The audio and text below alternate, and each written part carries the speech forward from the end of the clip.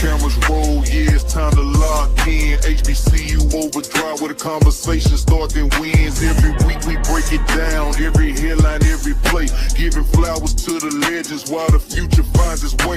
HBCU Saturday, they got the fans glued to the screen. HBCU tonight with Doc Holiday. Keep it clean from the swag to the MEAC. Every story get respect. SIAC, CIA, independent, never left. Tailgates, band battles, coaches talking X's and O's. Players chasing greatness while the culture only grows. Jackson State, be our love, we shine over every school. If it's HBCU business, then you know that's what we do.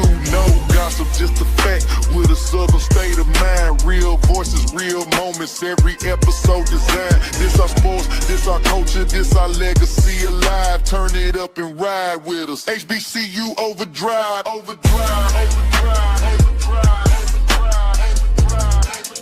HBCU overdrive, overdrive, overdrive, overdrive. HBCU overdrive, overdrive, overdrive.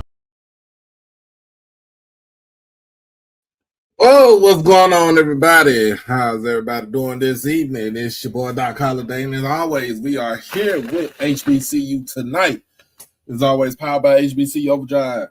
Make sure that you like this stream. Make sure that you comment, share, but really, most of all, subscribe to the channel. Subscribe to the channel. Get everything that you need. Get everything that you want. HBCU Overdrive. Oh man, we are we are here. It is Wednesday. It is hump day. Had to pull that out there. And he say eating chicken, eating the pollo loco. But let me go ahead and get one of these earbuds in my ear because right now the United States is playing Bosnia and Herzegovina in the Bay Area. So, but first, man, let me get through these good old preliminaries right now. All right, we are ramping it up. As always, it is July 1st, to be exact. It is the first of the month. The first of the month. And I know how some folks are. First of the month. You know, got to get the bill paid.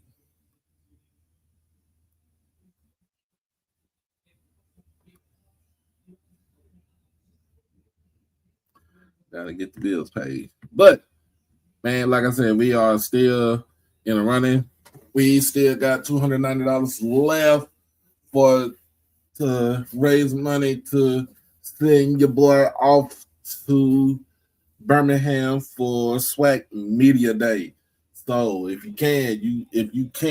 you are able, if you are blessed, please help donate to the cause. Again, you know, $500 is the limit. My $500 is my goal. Anything after that, you are more than welcome to pay. I am cutting it off after July 12th. So anything other than like room and getting there and back, that is supposed to be paid for. Other than that, everything is gonna come out my own pocket. So if you can, let's go ahead and hit the donation button.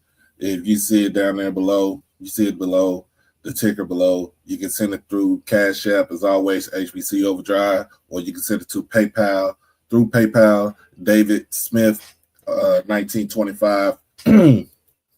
So yeah, we are pretty much ramping it up. So I will put it throughout the evening. And so everybody can, if you are able to, you can go ahead and help donate. What up?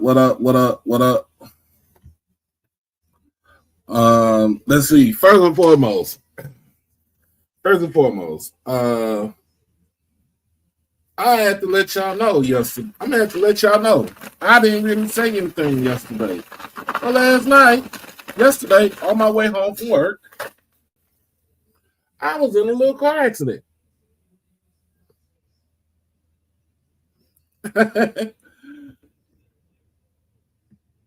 That's funny. It is true because it is July 1st. It is the start of college football season. I had to say this. I was in a little small fender bender yesterday. I was not driving. I was in my Uber. We had to go pick somebody up, and that is the crazy thing with the shared rides, because the shared rides, you be thinking that you want to go home, and you be at home in less than like 10, maybe 10 to 12 minutes. That's for me. But got to go all around town or all around the world to pick somebody else up that shares a ride with you. But they normally keep it within the space of where you at. So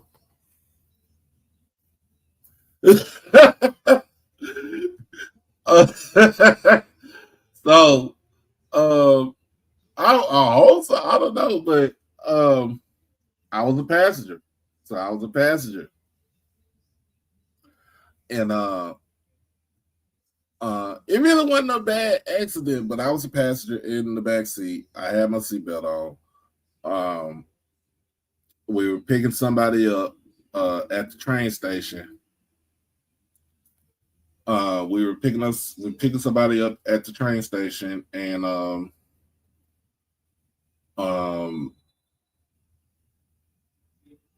where the train station is, like the parking lot for the train station is right next to North Lake College, right? And is right next to the college.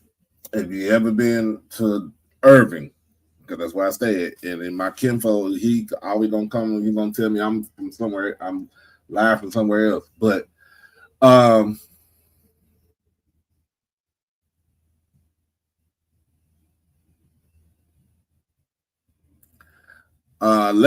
Troy, when you get on here, let me know how to do that. Because I kind of do want to, even though I didn't get hurt, but it kind of it was a little surprising to me, right? So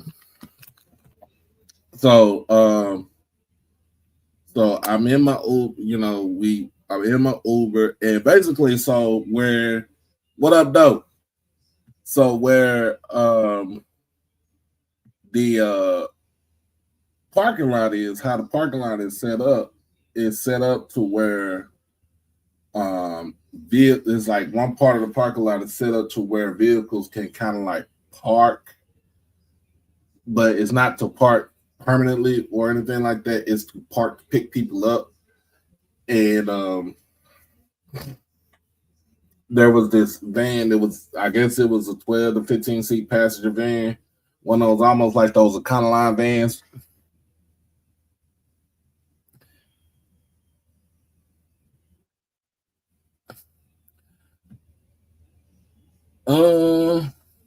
Yeah, in a sense. So, and so where the driver, my driver came in at, he came in facing north, right? And then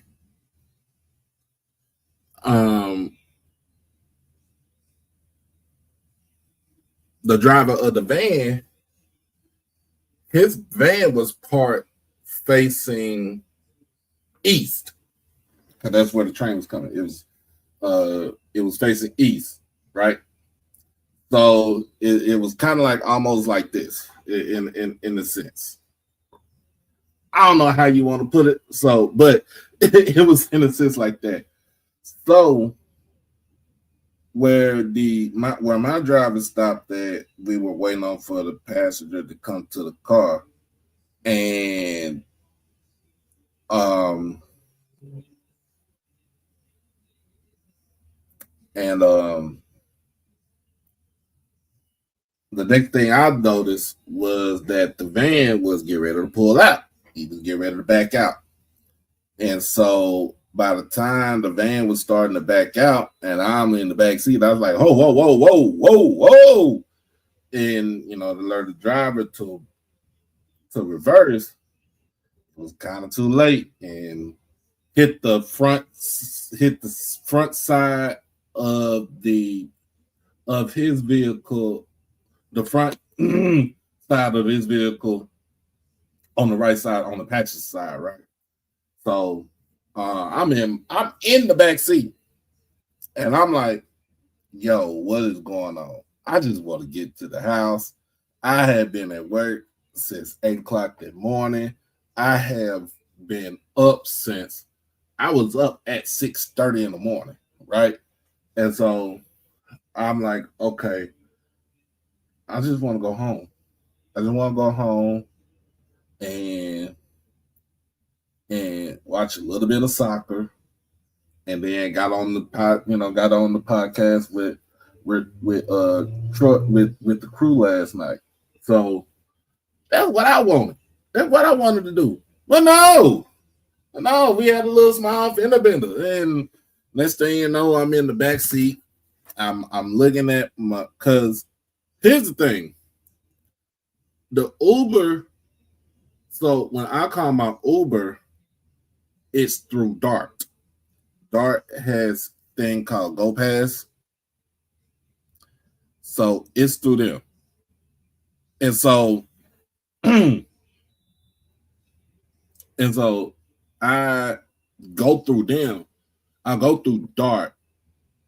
And then Dart sends a request either through Uber or through Lyft, because they have a partnership now. As most of y'all know, the bus I used to ride to go to work, it does not run through my neighborhood anymore. So that's the reason why you don't see me leaving out really early now, or late, because I take a Uber.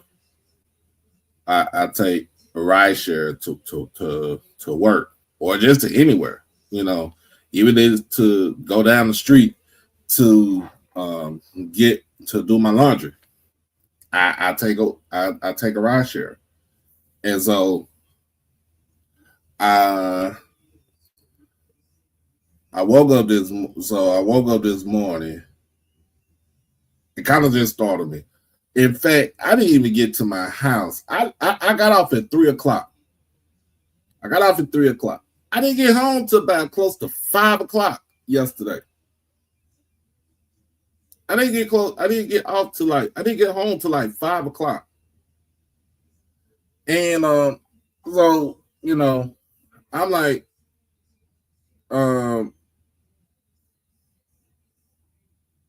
because if you really think about it, if you're in a car accident, as long as it's not on a public street, like, because this was in a parking lot, urban police is not they not worried about that. They ain't trying to hear none of that. Like, if it was on the street, that's because that's their jurisdiction. So the two men, they exchanged info. I was, my whole thing is I had got a call this morning, and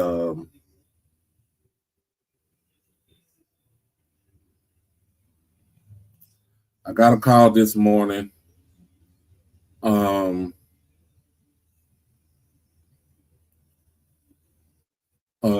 it was from Progressive. It was from Progressive Insurance, and I guess that's who Uber uses. And they were asking me all the questions, and I was like, "Look, I ain't hurt, but I am hurt because I wanted to go home and get it and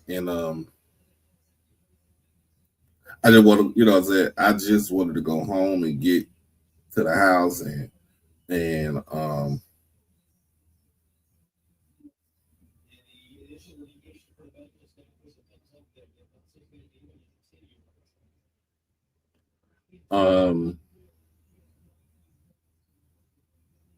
I just wanted to get home. That's all I was worried about. I didn't care about nothing else but getting to the house. Um um so this is so Progressive Insurance this is Uber's insurance carrier. So and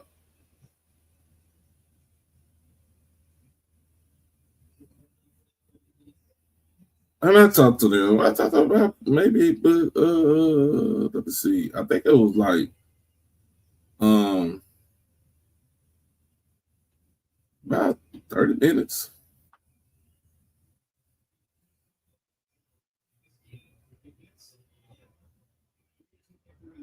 About 10 minutes. It's about 10 minutes. It really wasn't that much.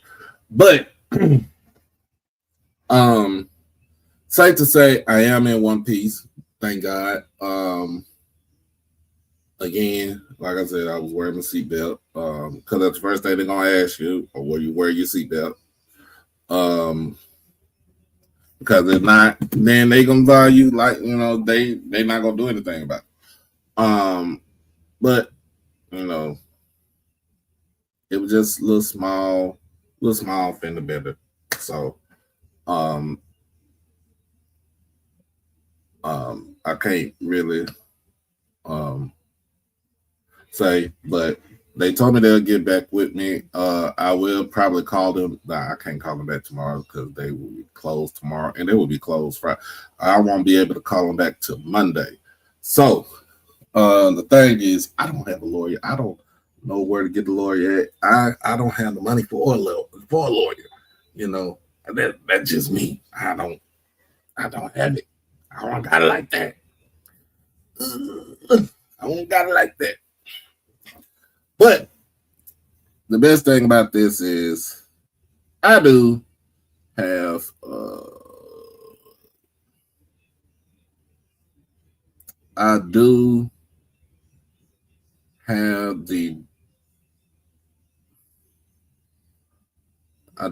the information of the drivers.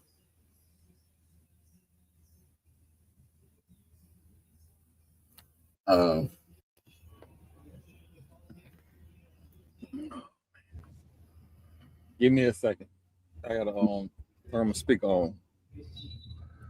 I do have the information of the driver, where his vehicle was, and his license plate number of my driver. So basically, I got that. Can you hear me? Yeah, I can hear you loud and clear. Okay, couple things. All right, tell me. Stop talking to Progressive. You can get an attorney for free. They work on a percentage. So I'm pretty sure in Texas, it's 33 and a third, I believe, if I'm not mistaken. They work on 33 and a third. So whatever you get back, they get 33%. Uber has already started the process. Once Progressive talk to you, they've already started the process. So getting your attorney involved is easy. They're not haggling or fighting anything. They are going to settle, because if they get into a long, drawn out court battle with riders, they're going to invite the investigators in your state. So they pay them claims real quick. Nah, bro, I didn't get it, bro, because I just wanted to go home. You'll get it. You're not losing nothing. You just have to. I don't know what the statutory time frame is in Texas, but here in Florida, you got to get to the hospital within 7 days to get checked out. So either the doctor or I think it has to be the hospital. So you got to go to a hospital within like 7 days here in Florida. Is it 7 or 10 days, something like that, to make sure you don't lose your claim. And then after you go to the doctor, I think you got like 2 years after that to actually go into court and file. But yeah, go get checked out. Contact you an attorney. I'm sure y'all, you got to do is turn on the TV, and it's about 30 of them that's advertising. Yeah. It's I don't know if I can say who not to use, but I'll just tell you, them people that's from Florida, they start with an M, and they got another letter that's M. Don't use them. Everybody else you should be good with. Appreciate you, Mr. Lawrence, for the donation, man.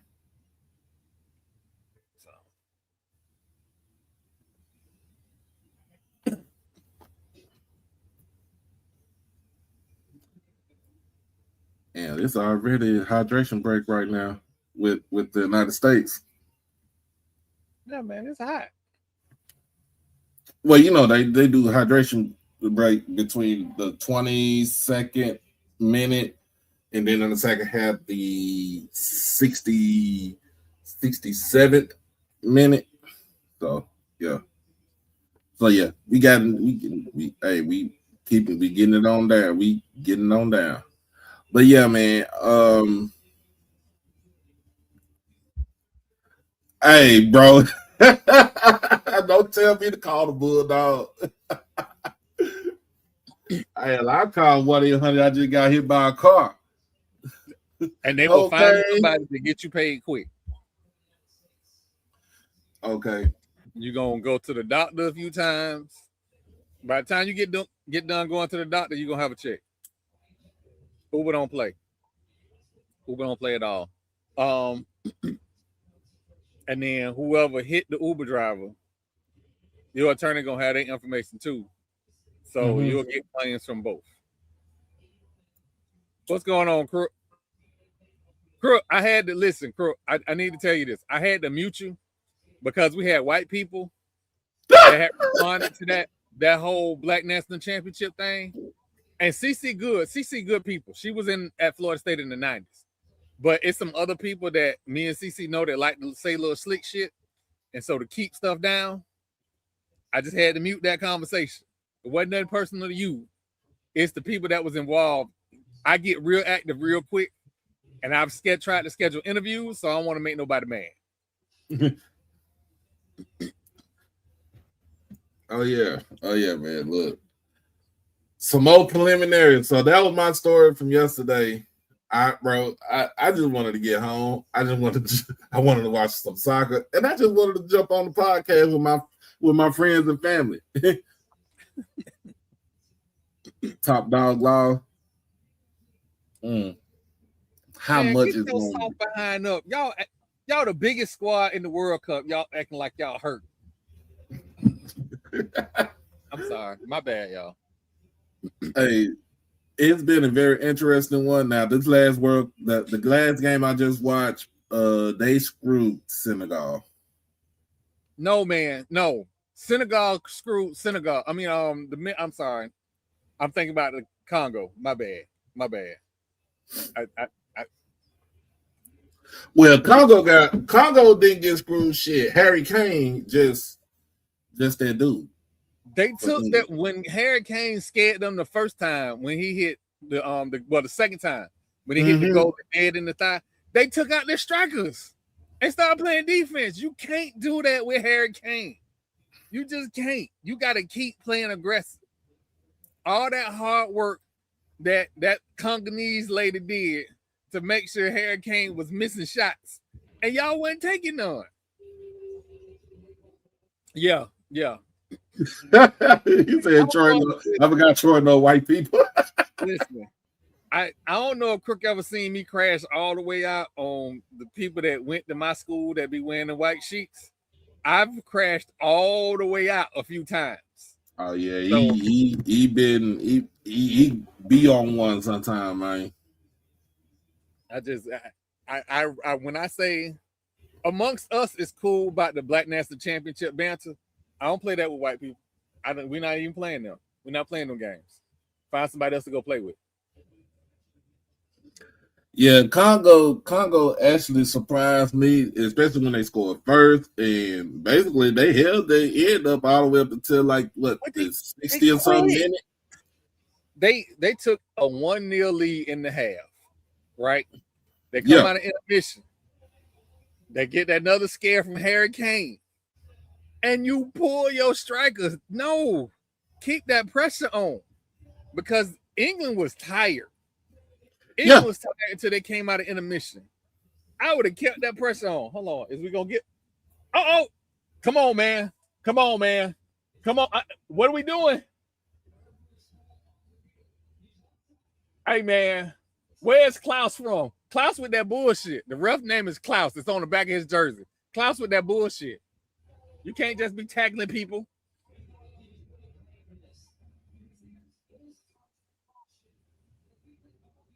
Yep. Should have been, man. You know what? I'm sorry, y'all. Listen. Damn Marlo, I take the World Cup serious. Oh man, but yeah, and then with Belgium and Senegal got they got screwed. They got screwed because to me, when I looked at it, that was not a foul. That was not a foul. I was like, you know what? Fuck it. We got some more African nations. They played tomorrow.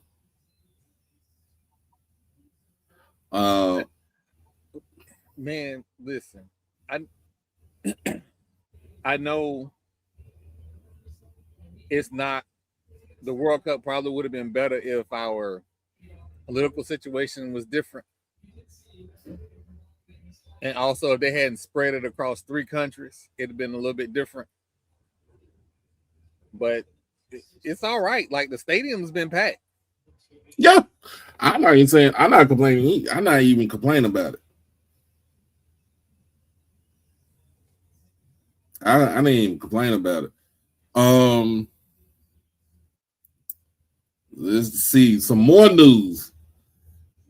Let's go to the NBA before. Go! I'm behind. Oh, I see it. It's the turnover. All right. Oh, by the way, the brother that ain't supposed to be here, but because his mama got stuck here, just scored. Talking about Balogun. Mm-hmm. They call it offsides. What the hell? How can it be offsides on a turnover? Two players got to be inside. They got to have to be behind, or y'all have to be lined up. Yeah, you have to be vertical. So, yeah, now they going back on the attack now.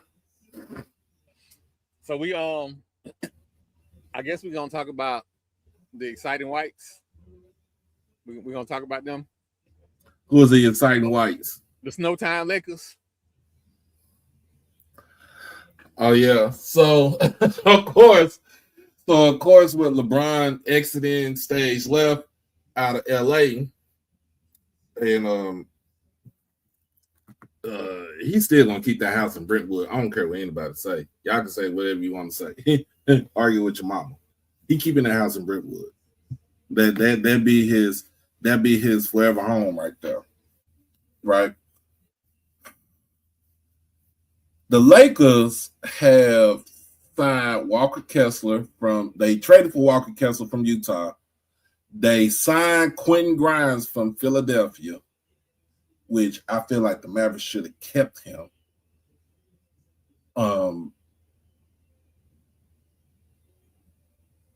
And who else did they get, Troy? They got Kessler. Hold on, let me go to ESPN. Because the Lakers did a whole bunch of shopping and got they did a whole bunch of shopping. And got a whole bunch of nuts. We really need to figure out what the hell the Fab Five did to Rob Pelinka. Because this don't make no sense.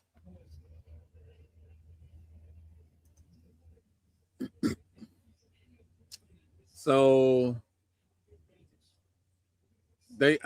They signed Sandro Muma. I can't say his last name.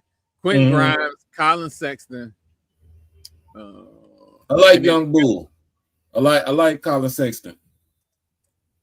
Man, again, is that enough? Did they waive Bronny? I don't think they waived Bronny. I ain't see that yet. They might just tell him to go shoot hoops and don't show up to work. Bronny's still on a 2-way deal? No, his deal is fully guaranteed. He got $3 million, $9 million, something like that. But I mean, like he's on a 2-way deal with the South Bay with South Bay with the G League affiliate.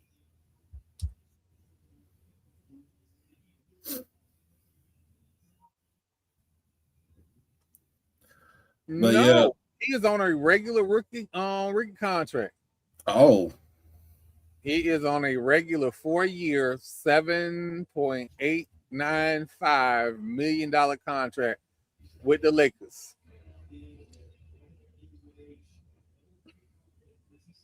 2026 is full. 26, 27 is fully guaranteed.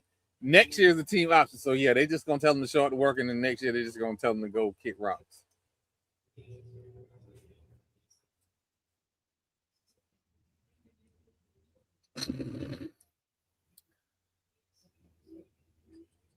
I mean, but I mean, would it have made any difference if Jeannie Buss was still running the team? No. Jeannie Buss wouldn't allow this many non-blacks to be on the squad at one time.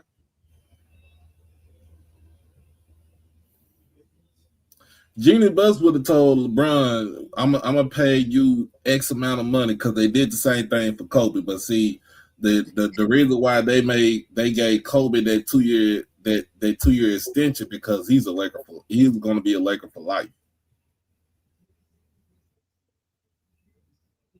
For the most part, right? And I haven't seen it in the Lakers are one of the few franchises that they treat you like family. Like when you with them, you with them. And Bron never fit in with the Lakers. He never fit in with the Lakers. And he has made it abundantly clear he was not like a Lakers guy, talking about Kobe the way he did. A lot of people got a lot of stuff to say about where he sits in history, and everybody wants to make the comparisons to Jordan. It's a bunch of people in front of LeBron when we look at history. Before we get to LeBron, it's a bunch of people in front of him. Yeah. When I sit down and analyze, when we start talking about the greatness in the NBA, we don't think about NBA players as just great on the court. It's like, what else did you do? Because it's a bunch of dudes that are can score, that got rings. There's a bunch of them dudes. What else did you do? We forget Magic Johnson.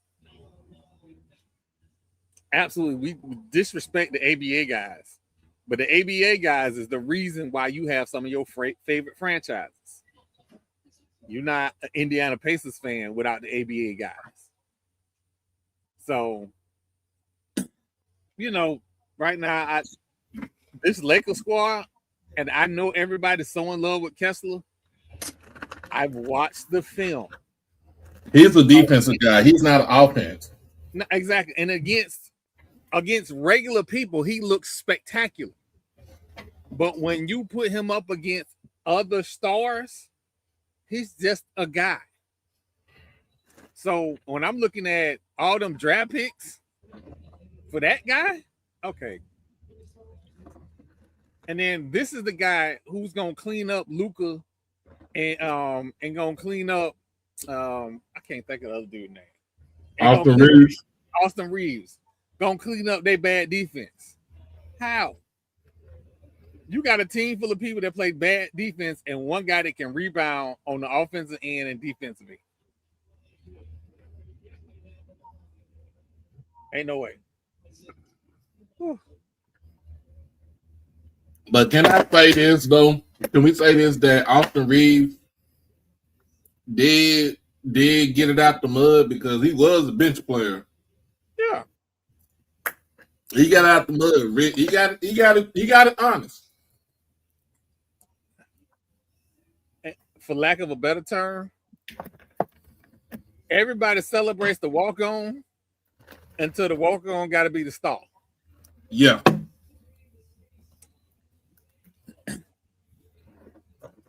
But see, I don't think he's worried about just being a star. I think he's more worried about wanting to win.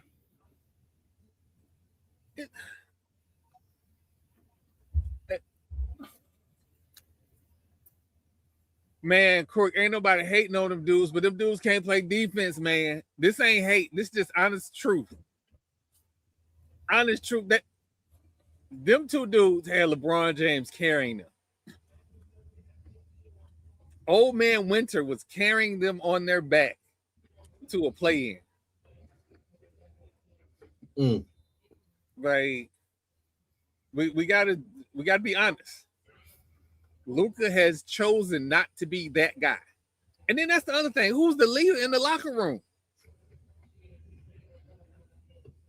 Because if Luka is your leader, y'all might as well go ahead and book that cruise to Cancun.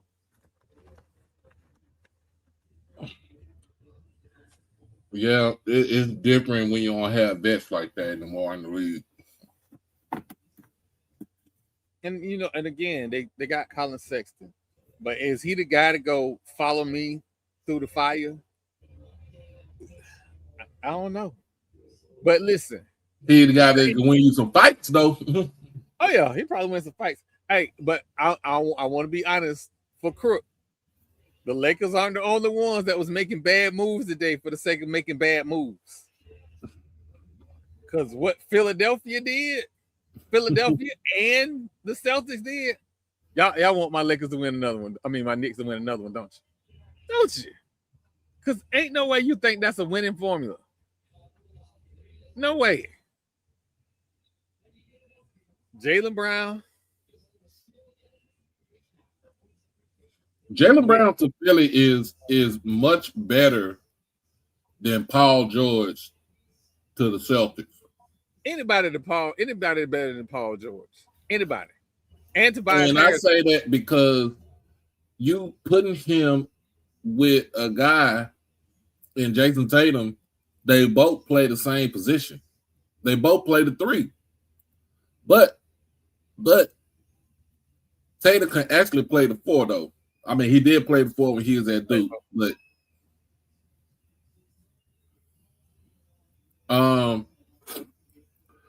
but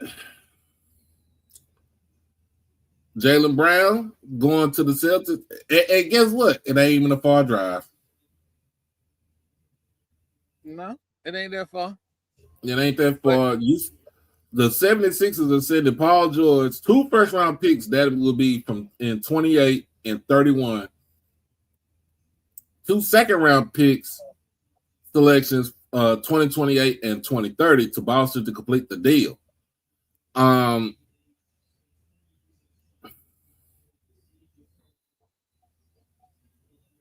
the first person so the Celtics was shopping Jaylen Brown around because I mean they needed somebody that basically Jason Tatum is the man in Boston.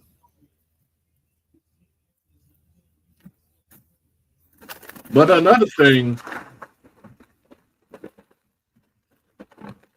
the Celtics didn't know what to do with a guy who's that who's that intellectual. Like, he is no dummy. That ain't the problem. You know what the problem is? I'll tell you what the problem is. For the last 4 years, they've had no point guard that can start the offense. There you go. They either turning over the ball or they chucking up threes like Derek White. Not a true point guard. He shoot the three. He's a shooting guard. What's the He's walk a on? 3-and-D. Get the walk on. The walk on. He's not a Gabe point Pritchard. Peyton Pritchard. Yeah, Peyton Pritchard. He's not a point guard. He's just a shooter. So when you need to buckle down and get a bucket, you are asking two guys who do not have the best handles, bring the ball up, start the offense, and if need be, get a bucket. That sounds cool until you play the Knicks. That sounds cool until you play the 76ers, where they got wings that can get on your point or get on the wings and play defense. And they know you can't pass them with the ball. We just scored. Thank you, Jesus. But what's going on in Philly? There are too many ball dominant guys in Philly. Well, I've already said that Jaylen Brown can actually play off the ball. He can play off the ball. He does not have to have the ball in his hands. He gonna have to. No, I'm saying though, because if you think about it, when he was in Boston, when both of them were paired together, he didn't have to worry about having the ball in his hand. No, because they did your turn, my turn. Huh? They did that goofy ass your turn, my turn goofy shit. So, but here's the thing though. I mean, I don't think it's ball dominant guards in Philly because the ball dominant guard is Tyrese Maxey, and he know how to give it up because he's a point guard. But then here's the thing. You got a running mate in VJ Edgecombe. I love him. Like he can shoot the three. He can play defense. I mean, he can lock some folks up. He not scared to get down and dirty with you. Like he has a like he came into the league like F that I'm here and I need to stay here. I'm gonna do it my way. The biggest thing about it with this right here is Quentin Grimes is gone because he came out. He was your bench player. He was like your likeness part off the bench. The biggest thing is, can Joel Embiid get healthy for at least one whole season? How many games did he play this season? How many games did he play? Did he play at least 50 games this year? Who that? Which Embiid. Embiid. Let me check. But you know they was forcing him to rest. So let me see. And that's that goofy shit, and that's the reason why Daryl Morey got fired.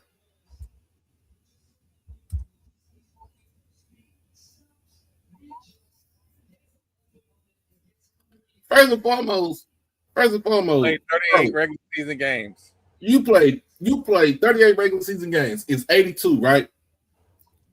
You didn't even play half of a season.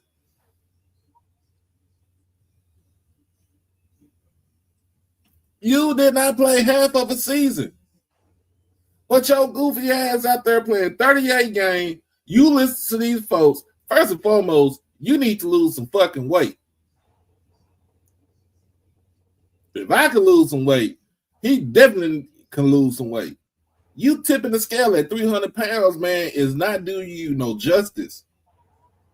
That's a whole bunch of wear and tear on your body. Second of all, you are 7'2". Get your big ass in the paint. Stop trying to be a fucking guard. You was not a splash. You was not a splash brother. You was not a splash brother. At least give you you got a hook shot. You got a turnaround shot. Put your back to the basket and wear folks down in the paint. And stop all. And the third thing, stop all this trolling ass shit though, too, man. That shit kills me, bro. You can't troll if you can't be trolling if your ass is always on the fucking bench. Hurt. You can't be trolling. I can't argue with that. If it would not, again, it would not be bad if you could back up the troll. Thank you. I have not seen him troll as much because I'm assuming he don't post as much as he used to, which is a good thing. But BJ Edgecombe, he's a problem. Jaylen Brown, again, this is what I'm saying. They are the other way from the Boston Celtics. They got too many handlers and slashers. They need more shooters. But that shooter don't need to be your center. They need to go. Don't get me wrong. Jaylen Brown can shoot the three. He can shoot the mid range. BJ Edgecombe is a slasher, but he had gotten better this past season shooting the three ball. Because he was at Baylor, he shot less than 35% at Baylor. And I think when he came into the league, when he got drafted this past year, his shooting percentage from three have gotten better.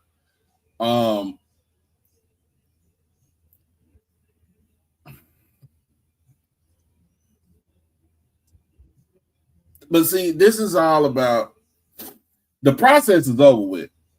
Y'all can't call them process. This ain't no process. You motherfuckers need to win the goddamn championship.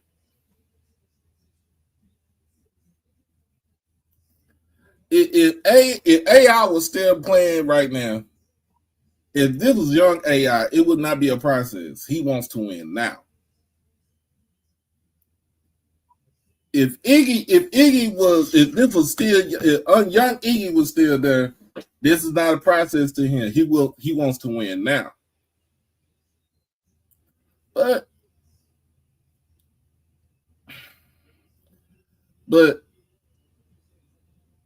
Jaylen Brown can be the man in Philly. Jason Tatum is the man in Boston.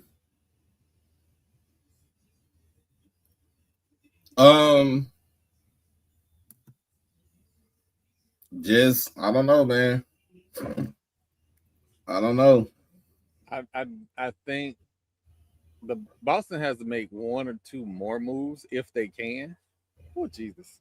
Hey man, I apologize, y'all. I got on the Nino Brown couture, so my apologies. But they got so $5 ass down before I make change. They gotta make some more moves, man. The Celtics but yeah, I'm sorry to say the crash. You know, you about to crash out, but they did go after Mitchell Robinson for. I'm not mad at as a Knicks fan. Okay, just as a human being, he was going to get paid by somebody. I don't have a problem with him getting paid. I don't have a problem with him going to Boston. The reason I have less of a problem with him leaving than the other guy. The other guy leaving, that was a problem. That's a problem. Now we got to go find a body. Oh my God. Missed it point blank. By the way, Pulisic, that ain't the star of the team. I need everybody to know that. That ain't the star of the U.S. team. The star of the U.S. team is showing out right now. Balogun is the star of the team. Exactly. But learn. So, but I'm sorry, I got wrapped up in the World Cup. Forgot what I was saying. I'm not mad about that. Like we lost. Hold on. Let me go to the transactions.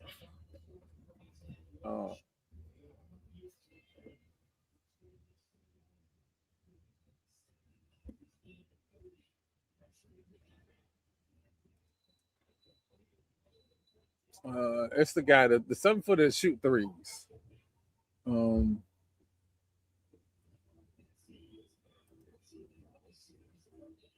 I mean, y'all still got Miles McBride.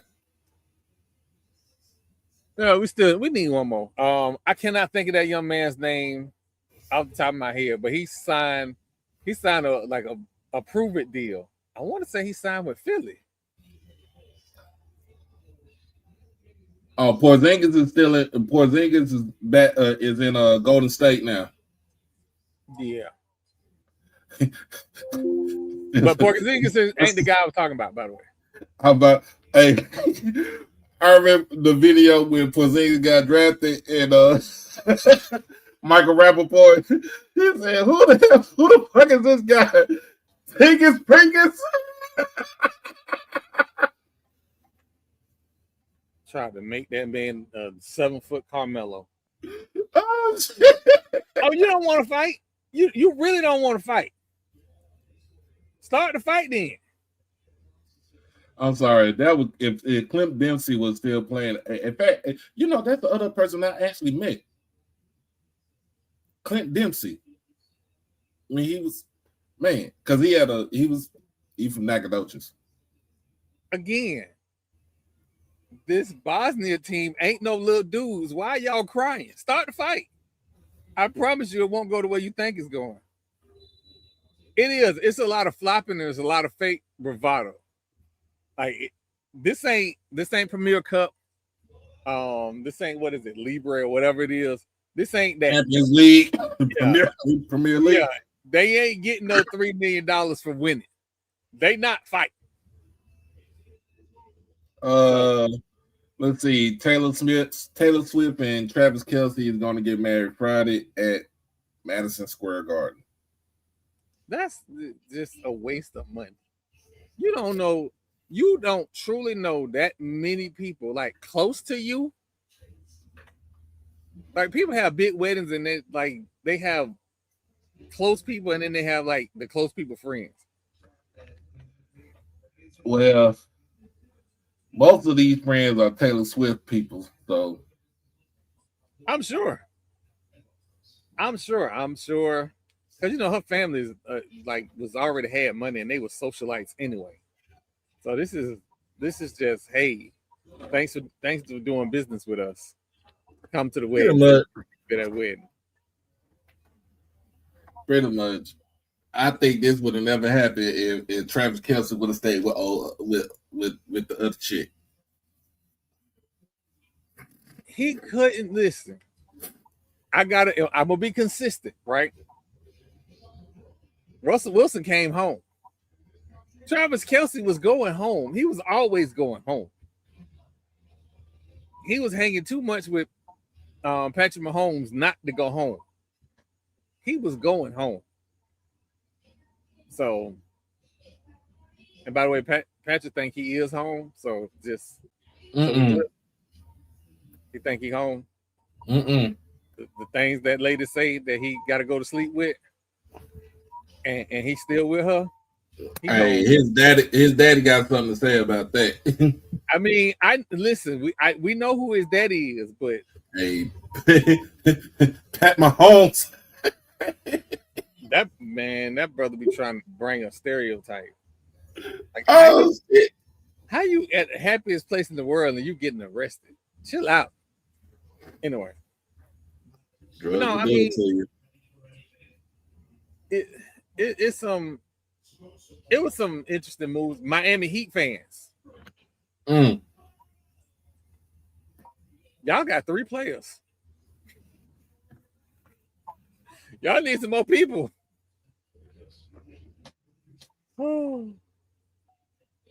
I mean, but that's been the Pat Riley move for like the last 10, 12 years. Ever since he had LeBron on the team. They are not ever gonna build through the draft. They're never gonna tank. They're never gonna be sub 500. Pat and Spoelstra are gonna fight and claw and get 50 games out that team, 48 games out that team, no matter what. But they got to put a team around Bam and Giannis. Because And let's be clear, this is not the Miami Heat is not Giannis's team. It's not. It's Bam's team. And I think you need to listen to Bam a little bit more often than trying to recreate something that was 12, 13, 14 years ago. And even with that team that they had in back then, even with the team that went to the finals, right? With Jimmy. Yeah. With Jimmy Butler. That was a better team than what you had now. And you let Jimmy go for pennies on the dollar. Well, hindsight, I think Jimmy's best days. His best days are over. Oh yeah.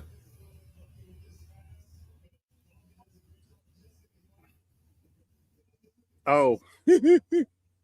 And AD not going to Golden State. Mm-mm. The Wizards said we need somebody to make people buy these season tickets. I mean, they got AJ DeBenza. I think that's AJ and Trey Young. It's an overload. I mean, it's an overload in the Eastern Conference, though. Hey, wait a minute. Hold on. Time out. Correct me if I'm wrong. If we media, when we in the booth, we can't celebrate a team scoring, right? I want to make that them the rules. Alexi Lawless is on TV celebrating the USA goal. Alexi is a fucking legend. They don't care. You know what? You're right. But if I had did that, oh, they'd have been throwing me out of it. Hey, Carly. How you doing? Mike Conley signed. Who did he sign with? Boston. He's a point guard now, and he's going into his 20th season this year. Damn, I feel old. I remember he was at Ohio State. Yeah.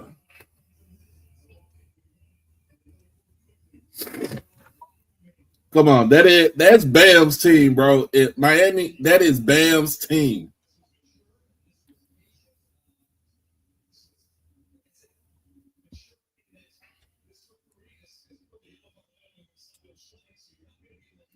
That is Idris Adebayo's team.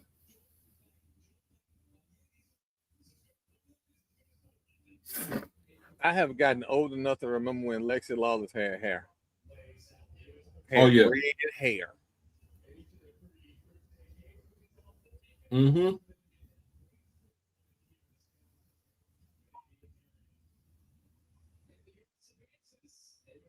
What?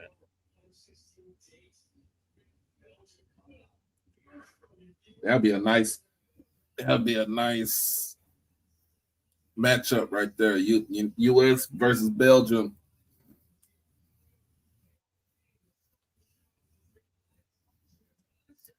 Yeah. Call Morgan and Morgan. I just told him not to. Find somebody else. Anybody else. Well, I got to find some lawyers here in Texas, here in Dallas. Like I said, all you got to do is turn on TV. I'm sure it's going to be fit them. It is. I would call Jim Adler the Texas Hammer, but, I don't know. Look like they're going after the big wigs. It's unless because you don't have like major, unless you have a major like injury, 90% of the people are gonna get the same money. Right. But bro, come on now, y'all. I mean, he's top 5, but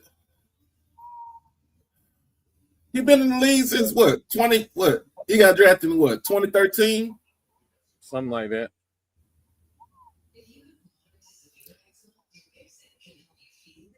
I mean, he Milwaukee was his team. That was his team for sure.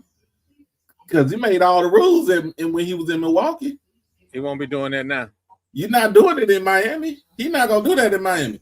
His brother is not coming on that team in Miami. They are gonna treat him like a rookie. No, we're not. We're not gonna miss him. We sitting here.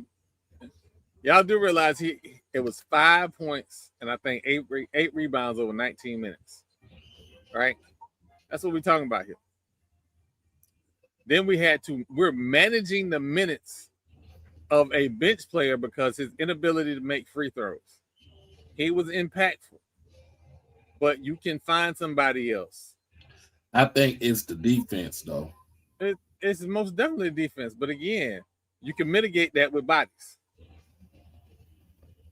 If you can I'm not gonna say if you mitigate that with bodies, because Carl is going to pick up dumb fouls. It's just what he does at this point in his career. He's just gonna be cruising along and pick up a random dumb foul. But is he also gonna get you 20 and 10? So you just got to get backup bodies. Now, I can't think of the young kid's name. He just signed a 1-year deal with somebody. I can't remember who it is right now. But he was developing. He had an outside. He could shoot the three. He could play defense. He could rebound. And he was a little bit slimmer than Mitchell Robinson. But so the Mavericks, I'm looking at this. The Mavericks and the Grizzlies. The Mavs traded AJ Johnson and a 2030 first round pick and a pair of future second round picks to the Memphis Grizzlies for Santi Aldama.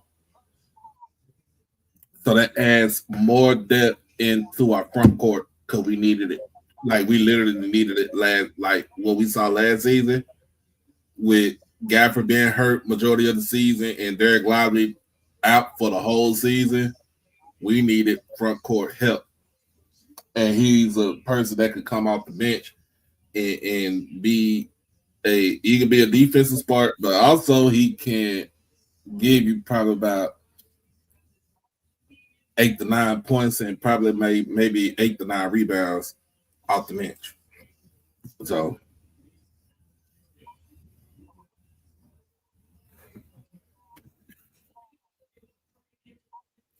oh yeah. Giannis is 31. Yeah. So he been in the league for 13 years. 13 years. So it still ain't it ain't his team in Miami.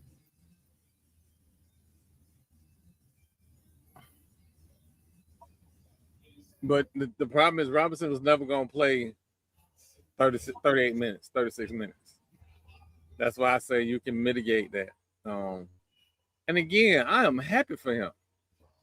But what makes him leaving not hurt as much is the absolute terrible moves that the teams in the East have made.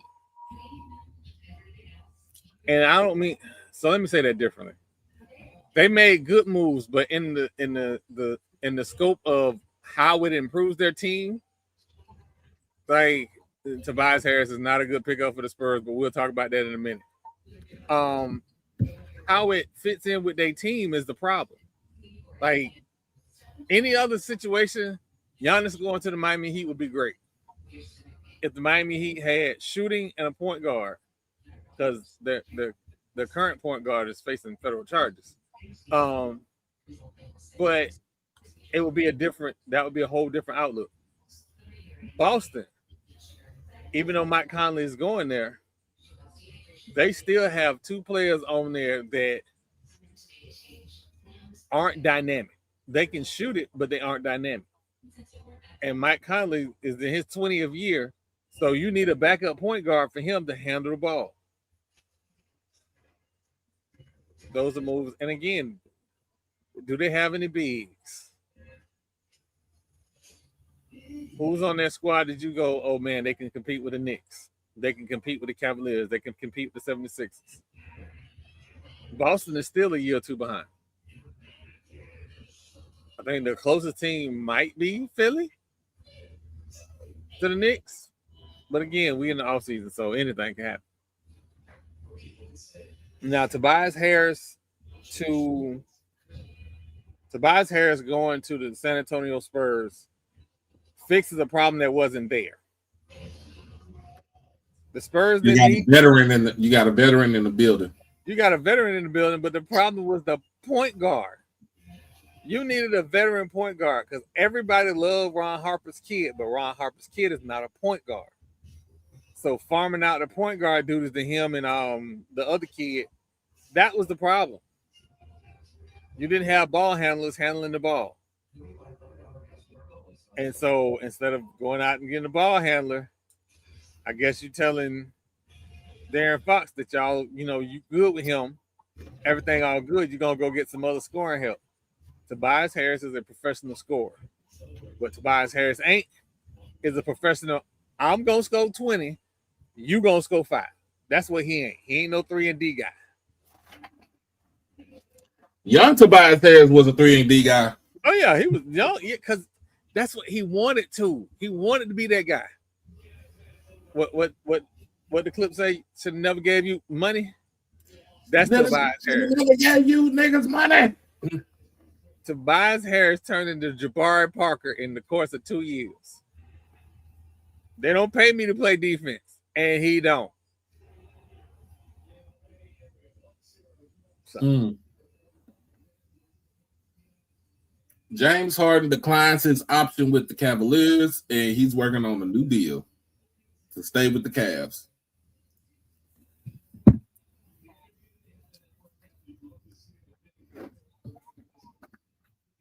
Why is he still in the league? I'm not saying that to be disrespectful. He clearly does not want to win. He has zero interest in being the superstar. Why is he in the league? There are G League players that would love to have his spot.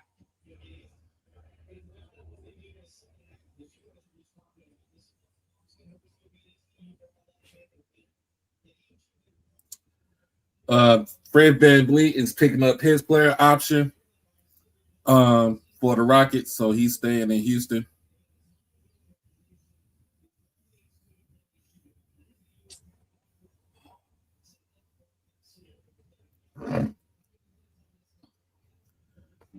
Of course, we talked about Miles Bridges getting traded to the Phoenix Suns for Grayson Allen and Royce O'Neal.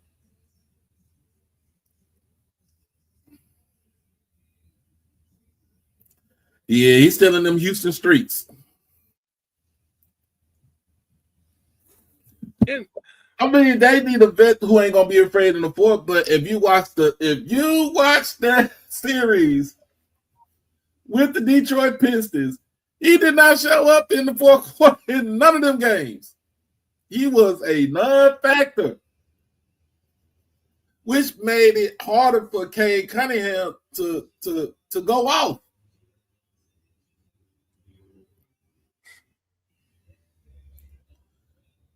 Now, the other big name that's still out there that's in free agency is Jalen Duren. He's still out there, but we left out Kawhi. We left out Kawhi. Well, Kawhi going back to Toronto fits them. He likes being in Toronto. He knows the organization, but with the Clippers, they're going younger. They are no longer the Lob City Clippers. They are no longer that.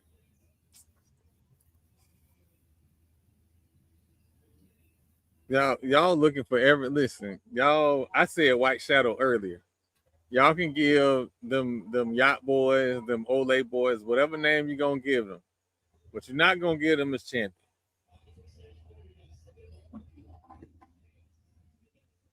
Yeah, Jalen Duren is a restricted free agent. So basically, if somebody wants him, gives him an offer, the Pistons have the right to match that offer or make it greater than what it is? I want Sacramento to be petty and offer them like 40,000 over what he asked from Detroit. But Sacramento ain't gonna do that because Zach LaVine just opted in his option and he's getting paid $49 million. Yeah, you're right. So the grade they gave for the Lakers Jazz trade with Walker Kessler, I think they gave the Lakers a C minus, and they gave the Jazz a B plus.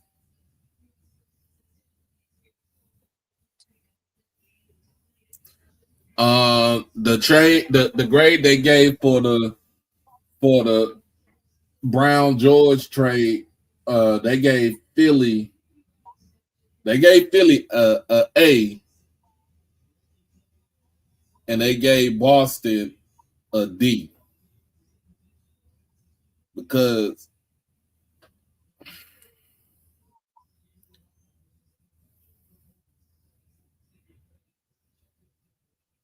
what's up, Charles?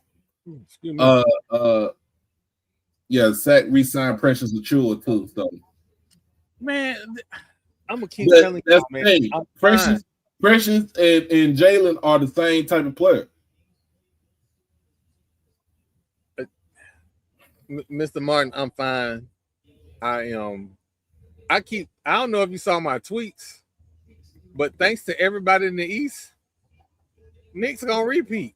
Knicks in 5. Everybody got all these trades. Nobody got everything they needed.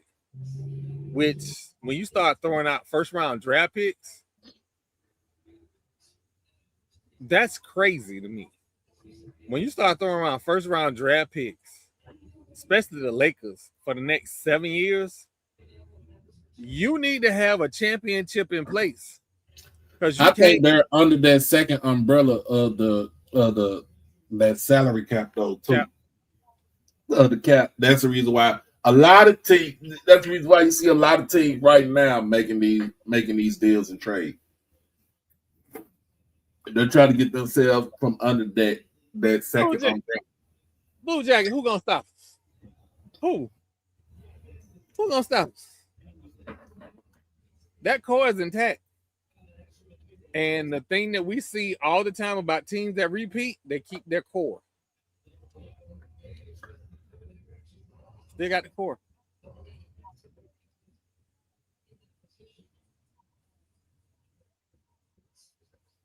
Well,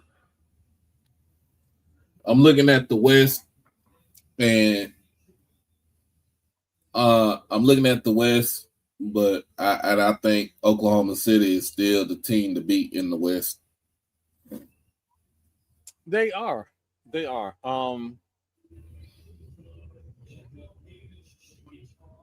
a minute.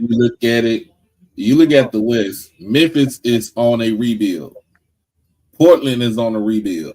Even though they snuck into the playoffs, they kind of on a rebuild. But they can get they I don't know if they gotten better, but one of those guards gonna have to go.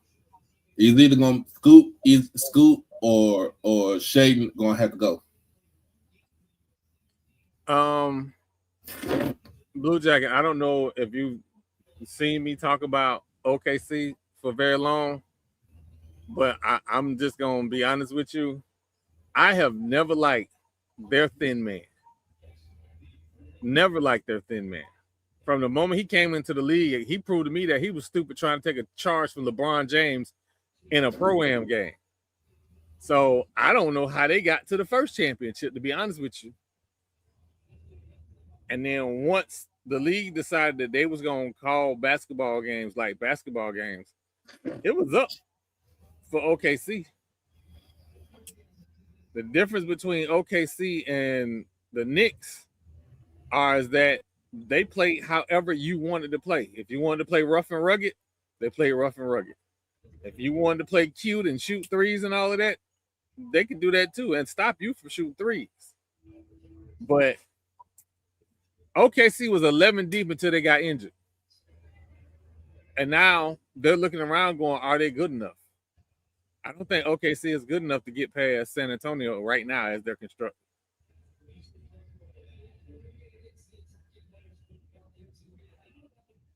But like I said, the East got a lot of good pieces, but they're spread so thin that like it's not enough to like knock off the Knicks in a 7-game series. And I'm not saying that because I'm a Knicks fan. I'm just saying like if you look at the core, what the Knicks kept on purpose, as opposed to what everybody kept and let go on purpose. Yeah, you kept the Nova brothers intact. You got the big bodega there. OG is somebody's gonna look at him after next season. As a Seminole? Yeah, Toronto is scary with Scotty Barnes up there too. But it's Kawhi. Is he gonna play? Is he going to play? I think he's going to play. He has no choice but to play. Let me see how many games he played last year.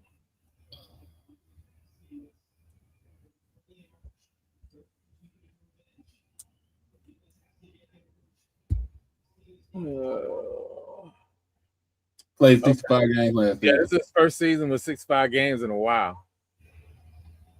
Because last season he was hurt. Him and what's name was hurt last season. Wait, hold on. He only played half his games in his entire time with the Clippers. Yeah, they'll be the favorite, but the Knicks gonna do the same thing that's gonna have me kicking and screaming going into December that they did this year. And then let's talk the Indiana Pacers. The Pacers, they get Halliburton back. That's gonna be ugly. But Charlotte's on the rebuild. Miami is looking to win now. Charlotte is not, hold on. Charlotte ain't rebuilding. Charlotte trying not to.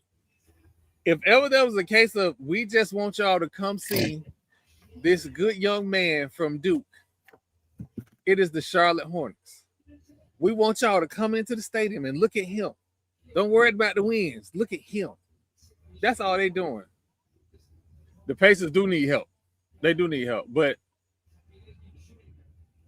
again, the Pacers are going to be serious in about 2 years. If they can keep all their young talent, they're going to be serious in 2 years.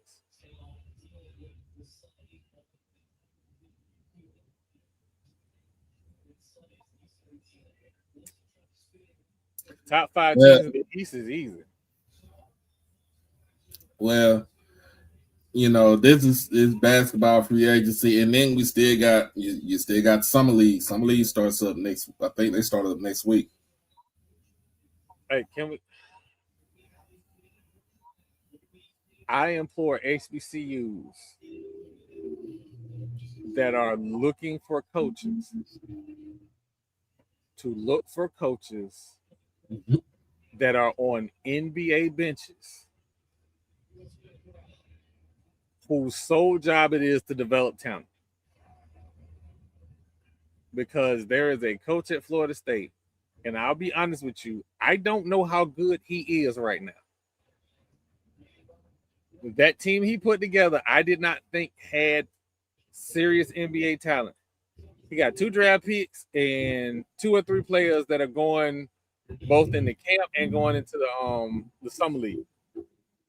And he's very loud and proud saying that came from his relationship with the Golden State Warriors or how he got them players into those positions.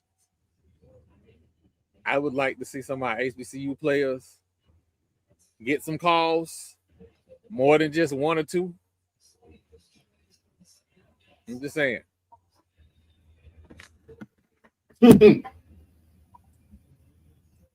Con Knip is going to be the dude. It ain't Brandon Miller's team either. I'm sorry to say that. I thought Con should have been rookie of the year, the way he played. Like, I know it's not a popular opinion, but I thought the way he played, he should have been rookie of the year. I mean, but you think about it, like I said, though, it was either going to be Knipple or Coop. So, Mr. Martin, that is the $1 million question. Are they being quiet because they're trying to get LeBron? That's the $1 million question. they're not trying to get LeBron. They're not going to get LeBron. The Golden State Warriors. I think he's not. Look, LeBron ain't going back to Cleveland. He ain't going back to Miami. He's trying to stay in California. Golden State? Oof. Golden State looking to make the move. That's gonna be must-see TV the first time Braun got 5 seconds on the clock and he kick it out to somebody. Draymond gonna lose his stuff on national TV.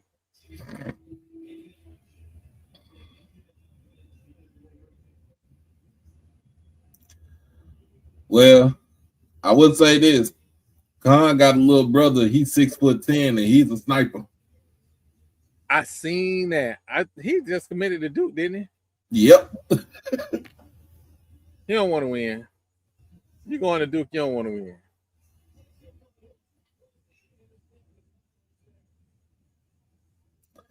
All right. Let's go ahead and hit this good commercial break. We'll be right back, and then we about to start up. We about to start up this SIAC talk. I'm picking Edward Waters. Of course you are. Be right back. It's your boy Doc Holliday.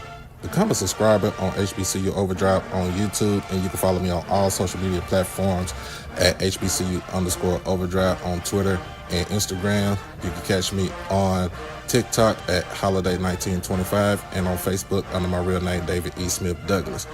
Also, when you become an exclusive family member, you get all the membership perks. You get all the exclusive members only videos, early access to new videos, member shout-outs, and members only live chats.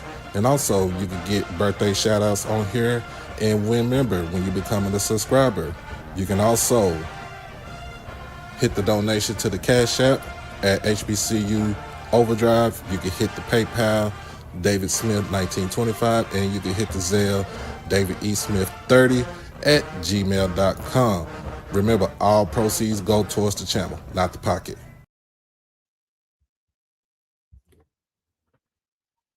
All right. Let's get into it.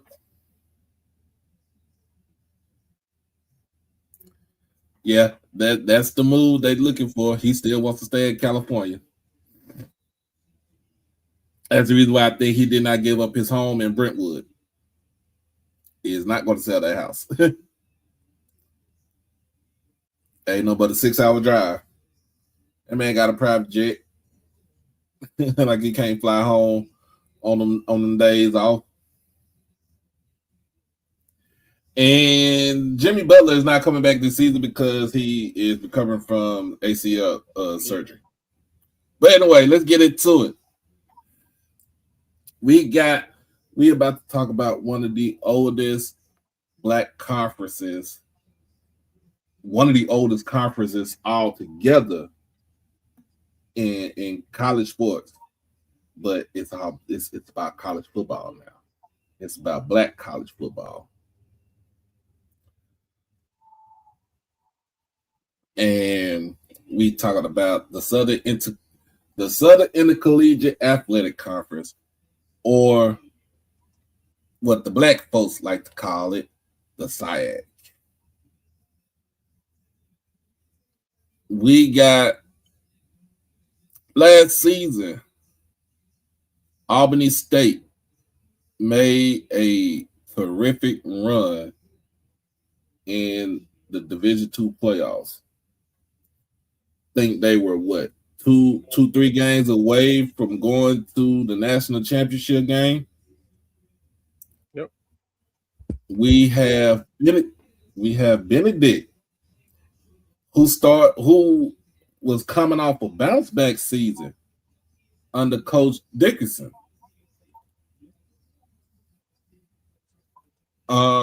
Kentucky State was the surprise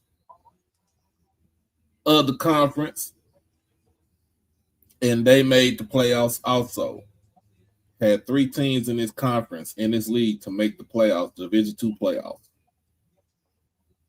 We talking about Allen, who is 3 years removed from having one of the better seasons, but still were able to be above 500 last year. Edward Waters, Fort Valley, were making some noise, but they kind of faltered towards the middle of the season.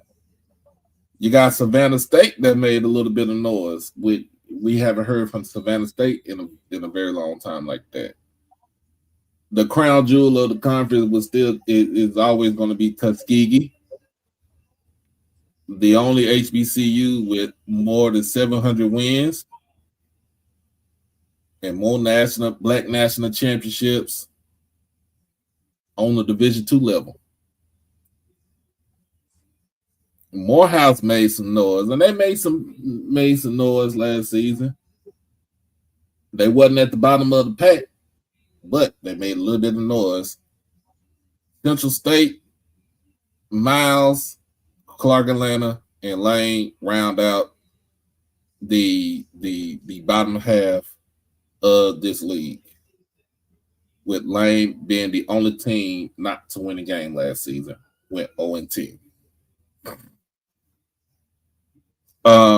In fact, we are going to start with the Lane Dragons.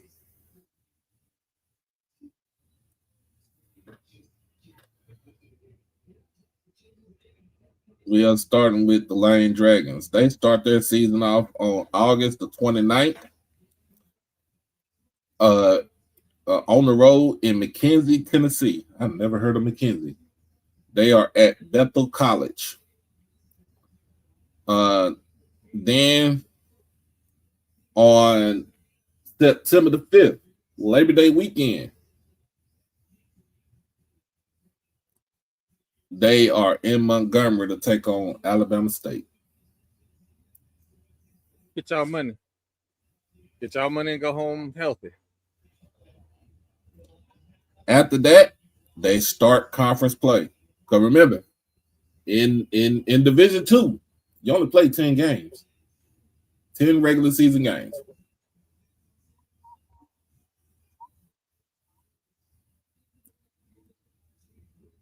They is trying the U.S. right now. They took the best player out. Now, you can't step on a player's ankle, but still.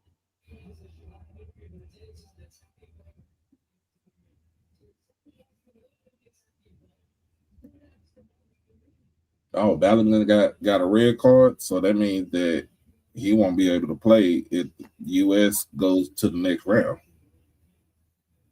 You got to sit out the game. You sit out the game. September the 12th, they are at home against Allen to start off their conference slate. September the 19th, they have another. So the next three games are at home. Morehouse comes to Jackson, Tennessee, and then on September the 26th, they are at home against Central State. October the 3rd, they are on the road in Fairfield, Alabama to take on Miles. October the 10th, which is birthday weekend for me. They are down there in South Georgia taking on the Albany State Golden Rams. Then on Troy's birthday, October the 17th, they are in Frankfort, Kentucky to take on Kentucky State. October the 24th, they got Fort Valley, Georgia. And then last game of the season, they have Tuskegee in Jackson, Tennessee. I hate to say this, but I don't think they win a game this year again. I'm going to be honest with you. That schedule is rough.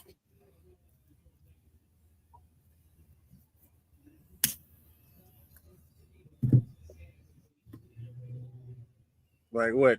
1, 2, 3. They got 3 playoff teams to end the season. Mm-hmm.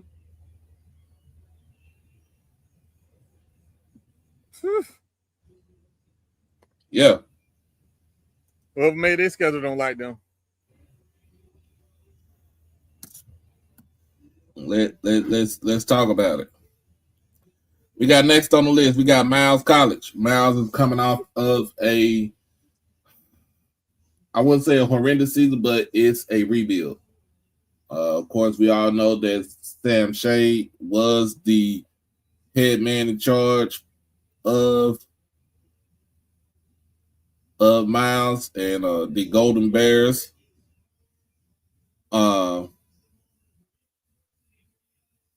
Now he's at Alabama A&M, and Miles is looking to rebound from last season. Of course, they start their season off with a road game in Alcorn. They are on the road the first 2 games of the season. They are at Alcorn and they are at Alabama A&M. Of course, you're gonna keep it. You're gonna play your regional team. It's all pretty much a SIAC versus SWAC matchup. Let's just call it like that. SIAC SWAC challenge. Sounds good, don't it? Yeah.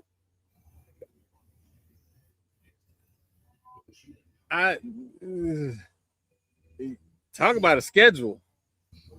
They got 2 monsters, and then they jump right into the teeth of the team that cut them to shreds in the last year. And I was at that game. 3rd game of the season. They are at home. They got a home game against those purple and orange Edward Water Tigers. And then they head on the road to Clark. And then on the road the following week against Savannah State. They have Lane in Fairfield. We just said that October the 10th. They are in Frankfurt to take on Kentucky State. And the last 2 home games are against Central State and Fort Valley. And then the last game of the season is against Tuskegee. I think they have. They don't even have a bye week. Nobody has a bye week. 1, 2. In fact, they play Fort Valley, they have a bye week. They have a bye week because they play back. They come back on the 24th. They play Central State at home, and then on the 29th of October, which is a Thursday. That's a Thursday. That is a game in 5 days. They're at home, so that's a good thing. But it's against Fort Valley. Mr. David, if they catch Alcorn slipping, G is gonna cut all his hair off. G ain't gonna be on nobody. He ain't gonna be swagging food for nobody if they lose to Miles.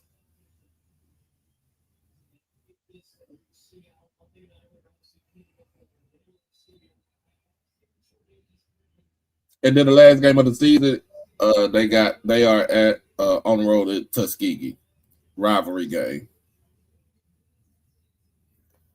I'm looking at them to at least get 4 games out this schedule. Yeah, they I think they get Fort Valley, Central State, maybe Skeeky. This guy's a little rough too. That's an AC got some teams in it, man. Yeah, they do. They do. I'm not. We're not gonna lie to you. They do got teams up there. And while we at it, let's talk about them Golden Tigers from Tuskegee. Listen, I know some of y'all don't like Gucci Suit. Gucci Suit is a quarterback whisperer. And Coach Jenkins, I know what he can do. I know what he can do. I'm just gonna set you up.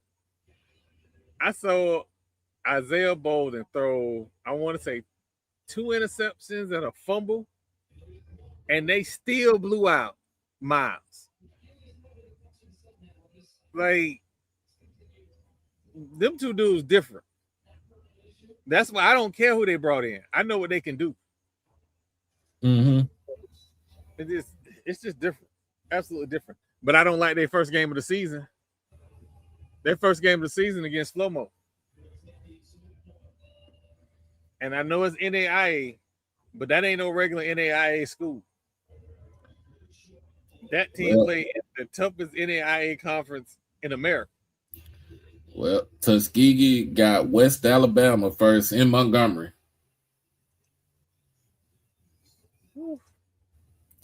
Then they on the road to start off their conference schedule down in Mobile against Fort Valley.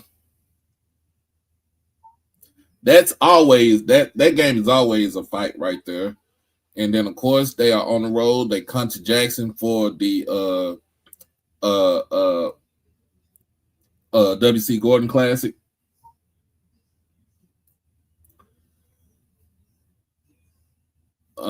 They have a home game against Benedict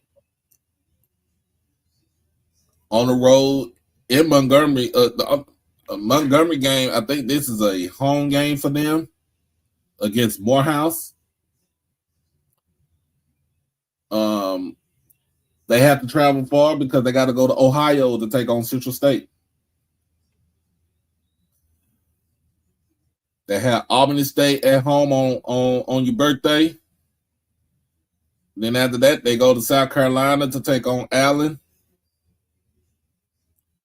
They have Lane on the road. And then last game of the season is against Miles at home. And then, of course, the Turkey Day Classic with Alabama State. If they can pull off 5 wins out this schedule, that is, I would say that's an improvement. But that means that I feel like Coach Aaron James will be on the hot seat. And if Mr. Ford is on here, if he's listening to it right now, he would tell you they need to get rid of him. Yeah. He was saying that, and they need to get serious about sports.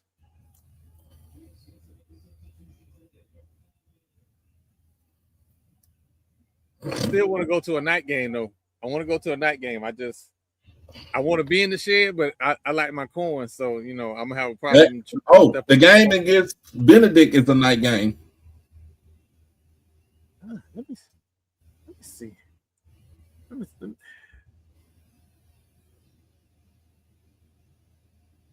Every other game is the afternoon game. Oh yeah, that is the Red Tails Classic. That ain't a road game. That's a home game for them.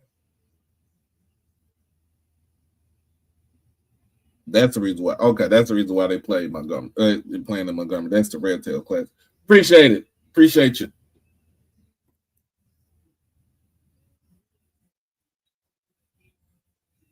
Who we got next? We want to do Morehouse? Yeah, we can do Morehouse. Let's talk about Morehouse. Okay, first game of the season. They are in Little Rock to take on the Pine Bluff Golden Lions. And then, they start their conference schedule off early because they got a game in between.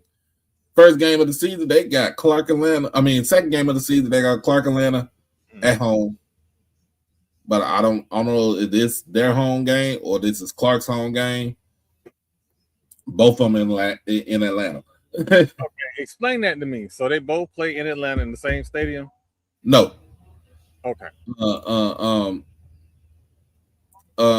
Clark has their own stadium, and then Morehouse they play at BT Harvey. Okay. All right. It looks like on Morehouse side it says it's being played at BT Harvey. Okay, good. So that's their home. That's a home game. And I want the SIAC to get an app on either Roku or Android apps, because if it's Android app, we can play anywhere. But I want them to get an app because sometimes the website it's a little difficult to navigate. Not all the time. I'm not taking a shot. Just sometimes. When a lot of people are watching the game, it's a little difficult sometimes. But they do got their own network, unlike somebody else we know.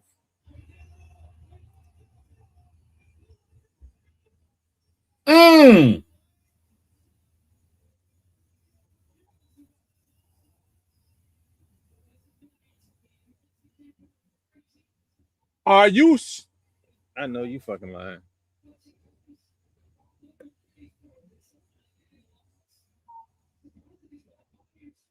Yeah, they playing them game for money. Then they got another home game against Central State. They are on the road the following week on September the 19th against Lane. They have Edward Waters coming into town on the 26th. And then they are in Montgomery against Tuskegee on October the 3rd. October the 10th, they are at they have Savannah State coming to them. October the 17th is basically a road game. They are at Howard for Howard's homecoming. They have on Halloween, they have Allen. They're going to South Carolina to play Allen University, and then November the 7th, they have Kentucky State in Frankfurt. The last 3 games are on the road. That is a lot of travel for Morehouse. Hold on. So the manager's not gonna get a ball back? He's not gonna get a ball back. I'm sorry, y'all. He is pissed. This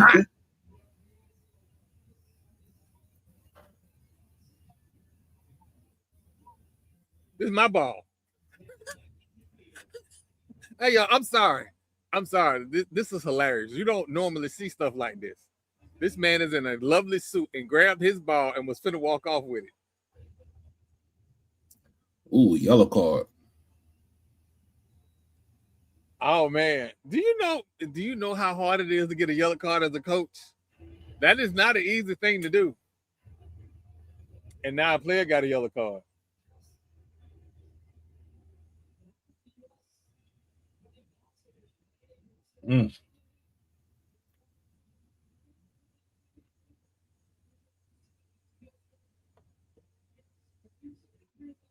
But back to this Morehouse schedule. Yeah. It's a tough one.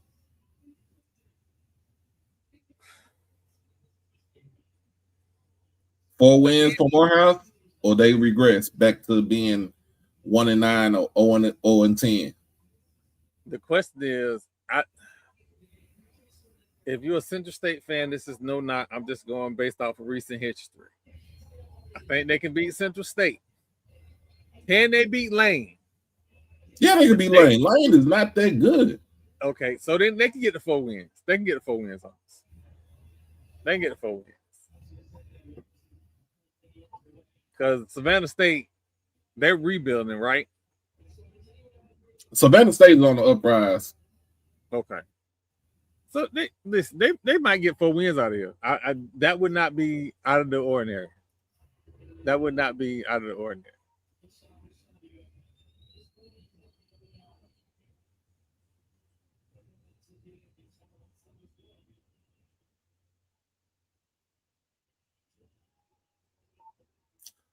How many? I think the SIAC got what, 3 teams in last year? 3 teams. 3 teams, yeah. So Kentucky State was the 3rd team to get in.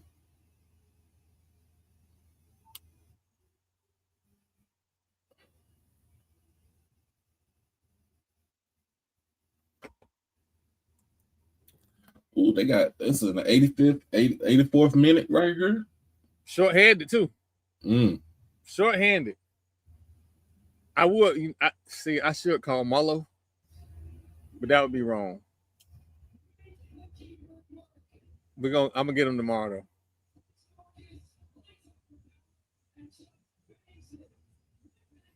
Hey, I don't mean to make this about race, but All the black players scoring, huh? Yeah. With Pulisic. He wasn't. You know what? Let me. Well, he played, but he was coming off of a calf injury. Yeah, he was coming off the calf injury, but those players was on the rise. When everybody's like, "Oh, Pulisic was," I get it, but these dudes coming.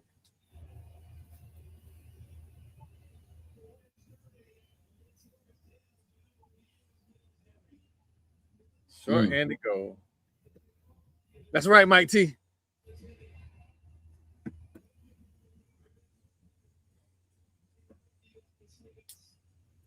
All right. Who shall we go to next? Let's do Valley. Let's do Fort Valley. Fort Valley. So Fort Valley got a tussle with a CIAA school. Their first game of the season against Elizabeth City State, and they are on the road. They had North Carolina on this one. Yeah, Morehouse ain't beating South Carolina. I mean, Savannah State. They not beating them.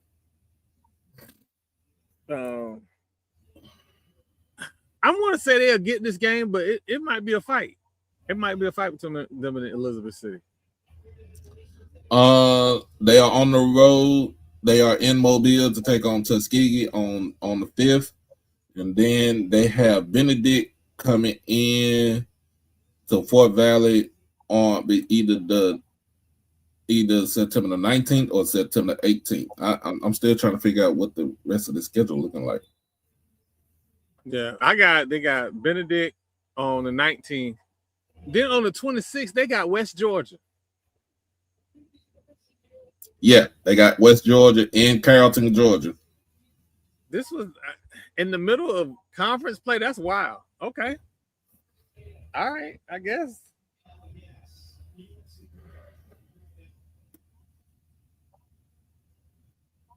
They have after that game, they got Central State in Wilberforce. They host Clark Atlanta, and this is a big one. They got Savannah State in Savannah. Savannah State in Savannah. They host Lane on the 24th of October, and then, of course, on the 29th, they are at Miles, and then the last game of the season is the Fountain City Classic against Albany State in Columbus.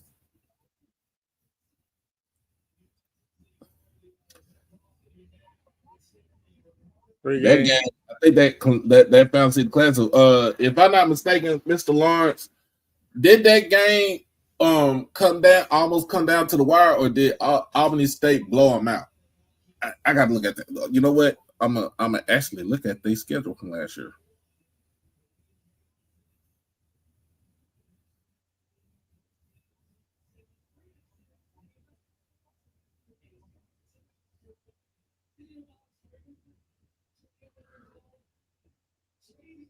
Oh yeah, they got blown out last season by Albany. What you do?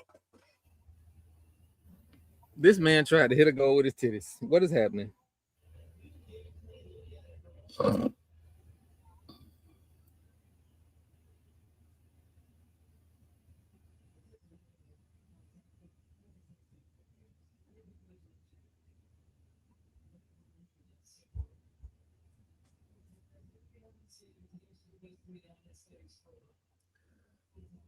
Fort Valley last season, okay. Other than being blown out by Albany State,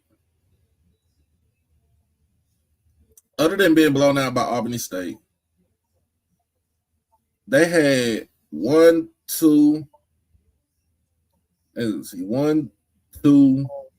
3, 4. They had 4 games last season. They lost 4 games last season by 1 possession, 7 points or less.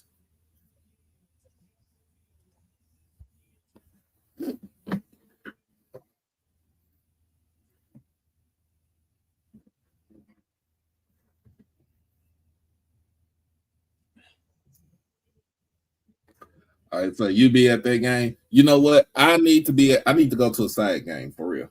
I need to go to a Fort Valley or Albany State or even some Savannah State. I don't know if I could deal with the humidity in Savannah because I don't do humidity like that.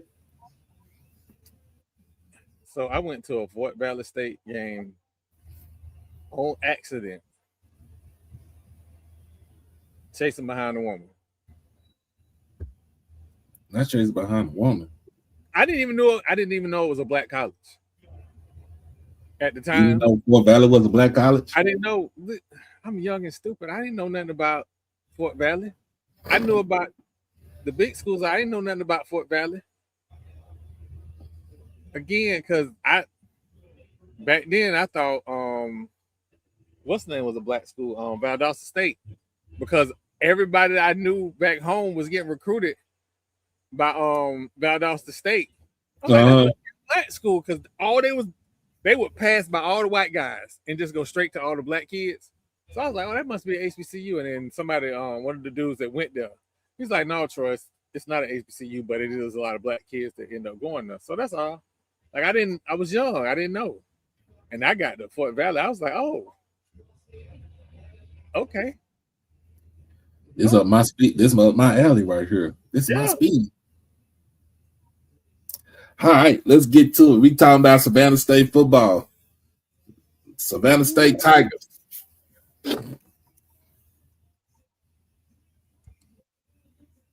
First game of the season. It's a loss. They got South Carolina State.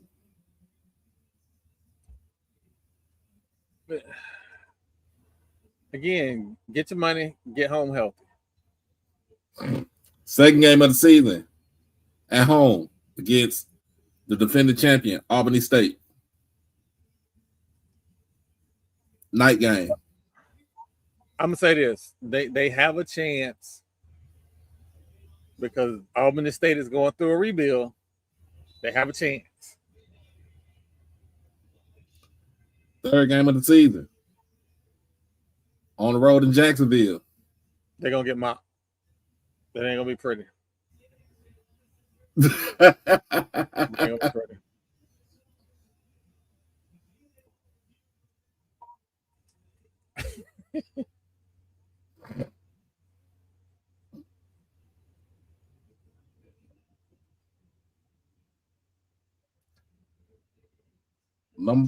Game number 4 at home against Miles. Savannah State will win that game. I'm gonna give the advantage to Savannah State. October the 3rd, they have a home game against Allen. You gotta have them beating Allen if you got them beating Miles. Well, hold on. Let me see what they did last season. Because you got it. Yeah, they beat the brakes off of Miles last season. Mm-hmm. They won against Allen last season, so I'm going to continue with that.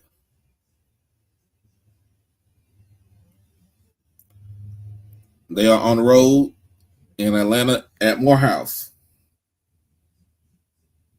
That's a win right there. Yeah, they're going to get the house. They have a home date with Fort Valley on the 17th. That's going to be a battle. Yeah. Let's not fight. Let's not fight. No fighting. They are on the road on the 24th against Kentucky State. If Kentucky State can still put up points.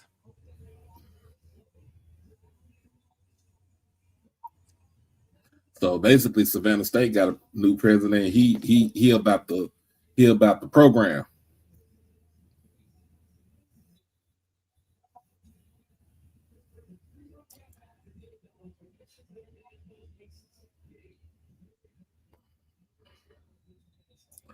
They are on Halloween.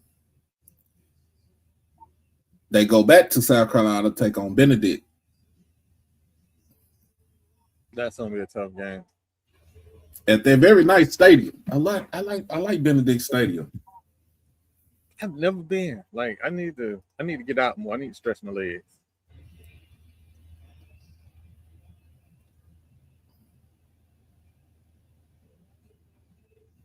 And then they got Virginia Lynchburg at the end of the season.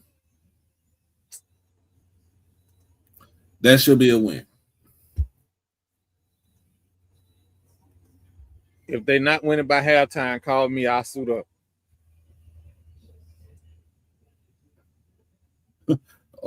Okay, Burt Reynolds.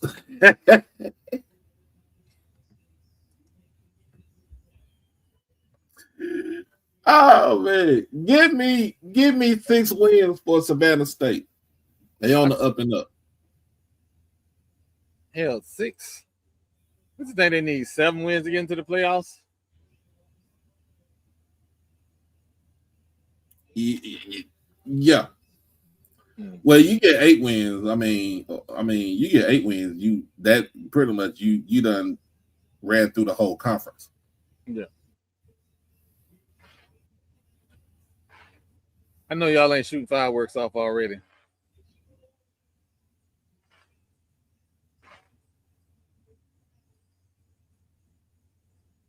The United States look fresher. They look like with 10 people. Yeah, they got 10-minute stoppage time. Yeah, I think they gave them. I think red card is like 5 minutes plus. They had like 5 with the injury.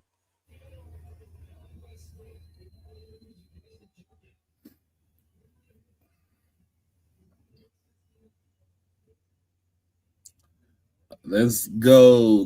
Let's see. We already did the bottom half. We did Fort Valley. Let's go to Kentucky State.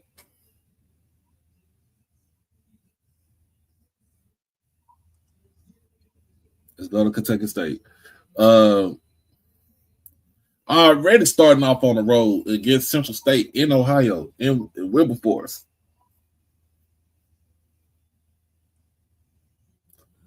Can I ask you a question? Is Wilberforce is the school Wilberforce in that same town? Yep. Okay. Yep. That's how Central State started out. Okay.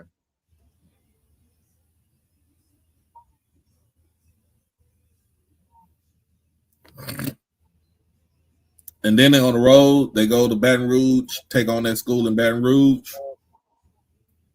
Get your money, come home safe.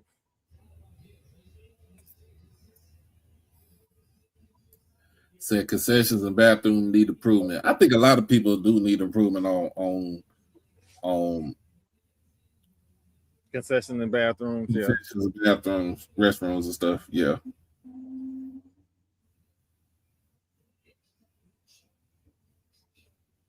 It's they got Clark Atlanta in Atlanta. They won that. I think they won that game last year. They got here's something crazy. This is interesting. They got Saginaw Valley State. Okay, so I don't know anything about that school. Sag Valley? Yeah. Division II. I think they are in it's either the Great Lakes or the Michigan Intercollegiate Athletic Conference. I just know like conference affiliation. They're in there with Grand Valley State. Okay. I know that for sure. And actually they're in there with Ferris State too. Now Ferris State runs the conference now.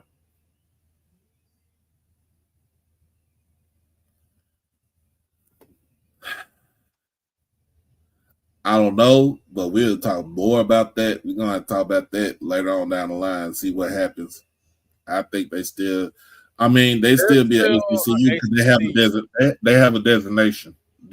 You can't get rid of the designation. Yeah, they're still land grant HBCU. They're just the state has focused their core programs on campus for certain things, but the other stuff is going to be distance learning or online learning. So yeah.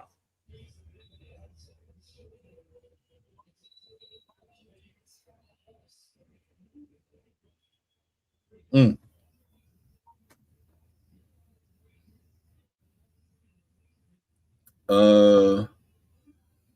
They on the road down in South Georgia against Albany State.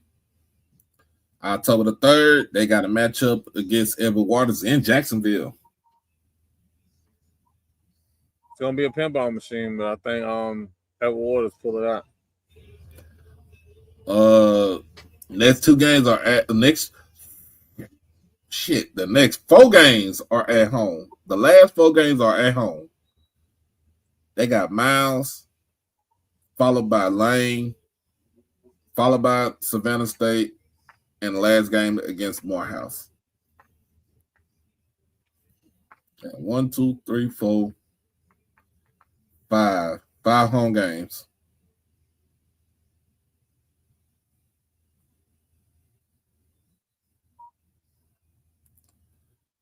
Ooh. I don't know if they repeat that the 8-win season the 9-win season that they had, but 7-8. They get 7-8. You need, like you said, you need 8 to qualify for the at-large.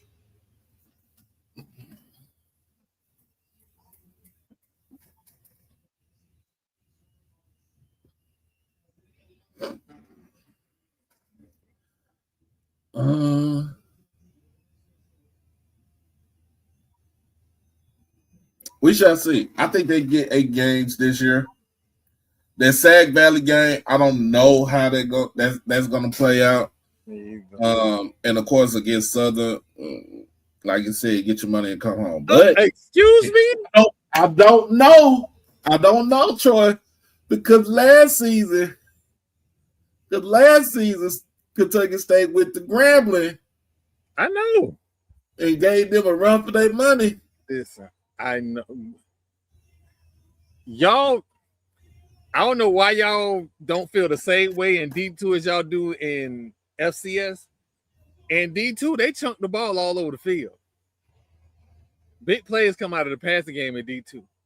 That's why, listen, it's a reason why I fell in love with D2 and NIA football the last couple of seasons.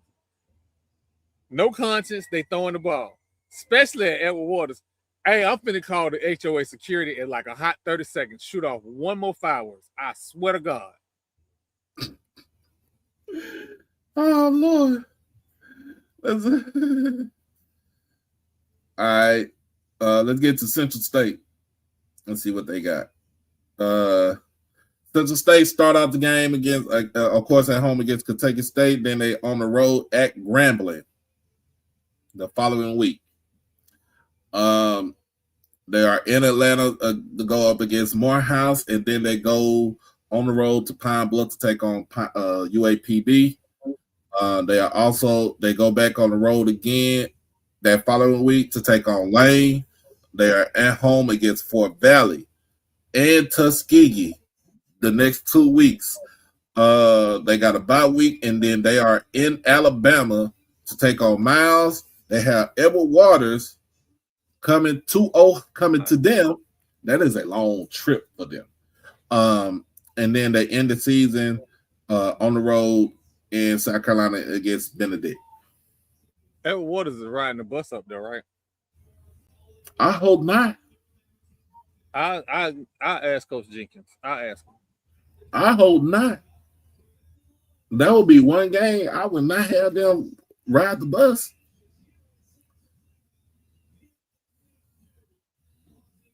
But hold on, Blue Jacket, you say Fair State coach make 200. Well, Fair State be in the top Final Four on a regular basis too.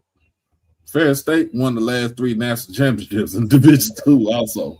So yeah, so I'm like, I can see that. Ask him if he want to come to Florida State. Just ask him if he ain't doing nothing next year. Why are they playing Country Roads? I don't know. Fucking That gets me.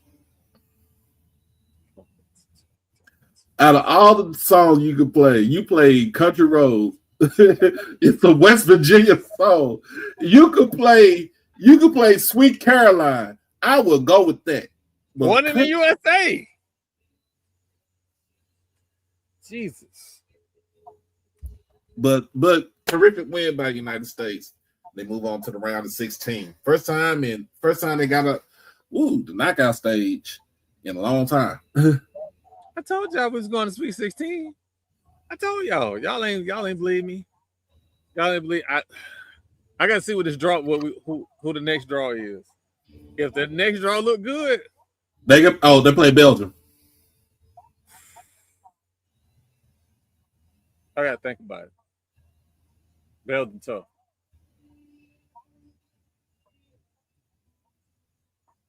Oh, we about to get into it. Central State, man, that's gonna be a tough slate for games for Central State. Let's go to Clark, Atlanta. First game of the season for Clark. They are on the road in North Louisiana to take on the Grambling State Tigers. Hey man, hold on, time out. Why is Grambling on everybody's schedule? Tradition.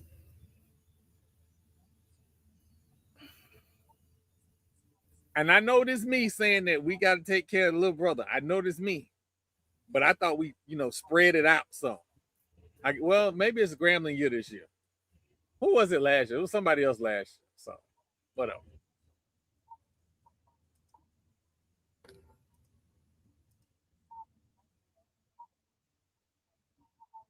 Blue Jacket. Hold on. See, before we even run away with that narrative, I'm an alum. I'm also a closet booster. We have plenty of money. That's not the issue. The issue is there are two people that they're ready to get rid of. That's the issue. That's all I'm going to tell you.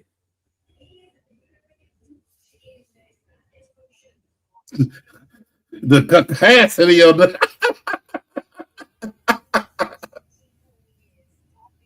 from the mountains of Caucasus. Yeah. Oh Lord.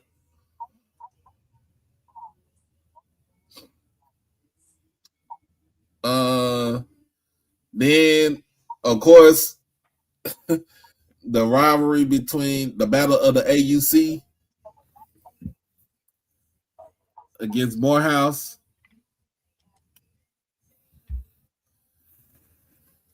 Whew.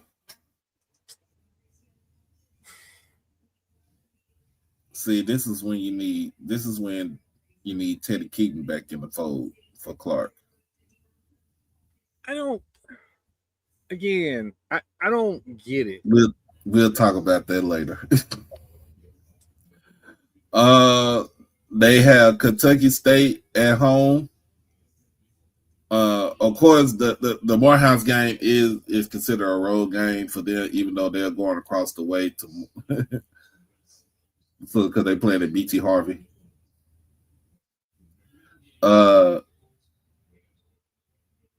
Kentucky State and Miles, and then Warner University. And that NAIA school? Huh? They Warner NAIA school? Yep. They play in the same conference. Hey, listen, I know this sounds crazy. That Sun Conference ain't to be played with. But Warner ain't that type of team, though, in the Sun Conference. All right.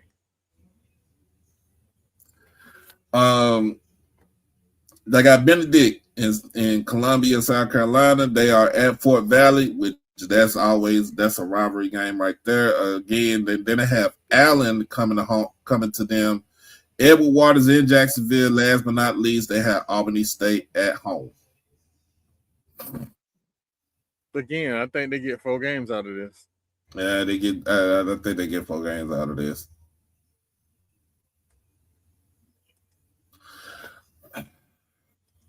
All right. let's talk about this team. Let's get to it.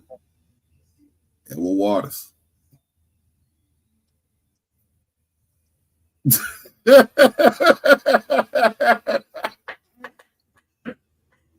He wants you to crash out. It's not gonna work. I know what's going on. We done had some movement in the Booster Association. I like this new hire. You ain't finna get me to crash out. I know what this about. By the way, when your AD running around getting $22 million from people in 24 hours, while you secretly running around trying to hire Lane Kiffin, when they think you trying to hire somebody else with more melanin, your days is numbered, sir. Your days are numbered. What Troy trying to say right now is this. Man, fuck all you hoes. Fuck you and your mammy and your granny too.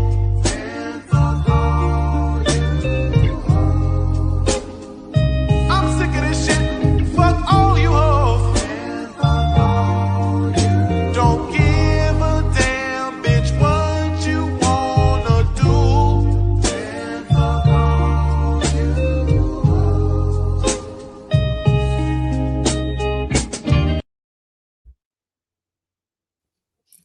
That's what really Troy trying to say about Florida State. I ain't work like. All right, we got Edward Waters. They host Flomo. What is it? The Unity? What's this? The Unity Classic game right here? Yeah. But this used to be called ain't this still called the Big Cat Classic? People still call it the Big Cat Classic. Okay. Flomo is that team that can give some folks some issues coming out that NAIA. And I'll get into our show. For when you look at all the other teams in the Sun Conference and you look at the resources that Flomo have,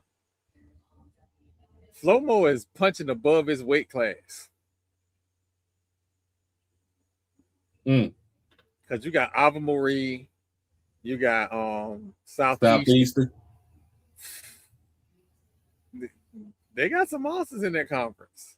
So, but I don't think this might be Edward Waters' year. Quinn Gray is in Tallahassee now, along with a lot of players from that Albany State team. This might be Coach Jenkins' season. This has to be his season. So the second week is the Labor Day Classic. They are in Jackson, take on Jackson State. Hey, get your money, like you said, get your money in. Let's roll. I wonder if they're gonna bring the band there too. They might.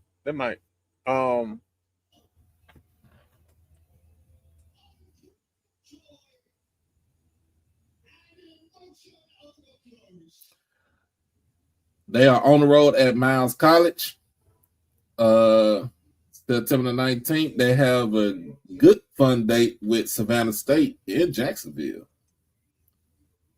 That is going to be, I think that's going to be the game to see right there.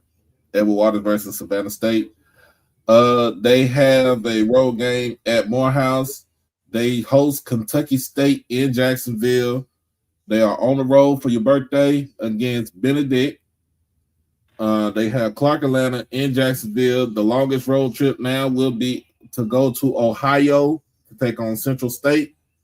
And then they have Allen at home for the last game of the season. Depending on, I'm gonna be at one or two of those games, depending on how it line up with FAMU games. I'm gonna be at one or two of those games. And if you've never been to an Edward Waters game, it's a good, intimate experience. The band is right there, like you right there in the action. And the fact that Marlo Uncle had us eat for free, shout out to y'all. But you know me, I still ended up spending money on, random barbecue on the outside of the stadium. And they let me bring my food in too. So they'll lose against Jackson State. I think they will beat Flomo. They have a chance to run the table in the side. I think they are the favorites to win the conference this year. They are the favorites to win the conference. Like you said, Albany State is on a rebuild. They're on a rebound. And then the only other team that I think can give somebody some fits is that Benedict team, in which we are going to go ahead and get to after this one. We're gonna start with Allen. I'm gonna start with Allen. Allen has a CIAA matchup against Livingstone College in Salisbury, North Carolina, on the 29th of August.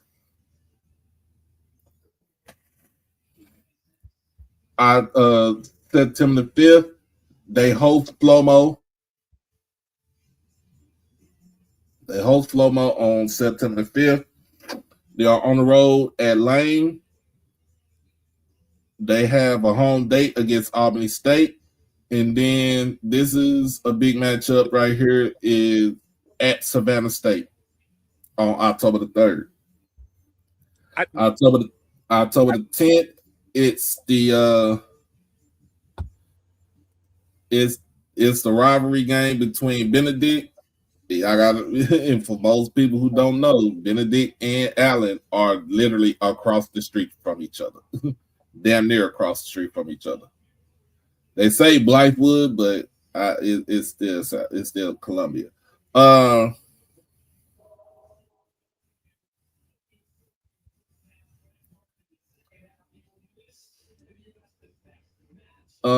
They are at Atlanta. They are in Atlanta to take on Clark.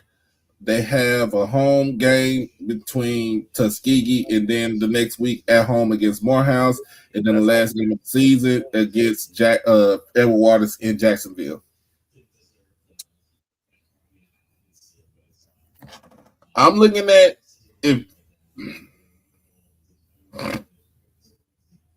at least 7 games from Allen. If not, it just all depends on what they brought back. Yeah. And that's another reason why we need to be watching the media day. If you can't make it to these media day events, watch them on ESPN, or I think the SIAC does. They have I think Dr. Cavill will be at the media day to cover the SIAC. Is it going to be on their network? It'll be on JBN on YouTube. Okay. And it's important to watch them because you can get the information on who they brought back, who left out of the program. Now another thing people need to understand: are there any coaching changes within a coaching staff? We also got to, you got to look at that. So,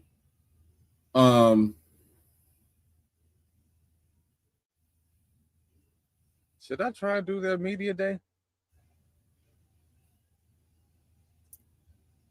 You might want to see if they have it out right now. Let me see. Open. The credential form is open right now. I don't know what the deadline is. I don't see a deadline on it. Okay, so that media day is July 22nd. So if it's me, I'll go ahead and do it. It's in Macon, Georgia. That's the thing. It's in Macon. That's the only part about it. It's in Macon. That means I'm driving. At the Harriet Tubman African American Museum. It might be. I'll sleep on it. Maybe I can get that lady to ride with me. You know what? I'm just gonna put my thing up in here.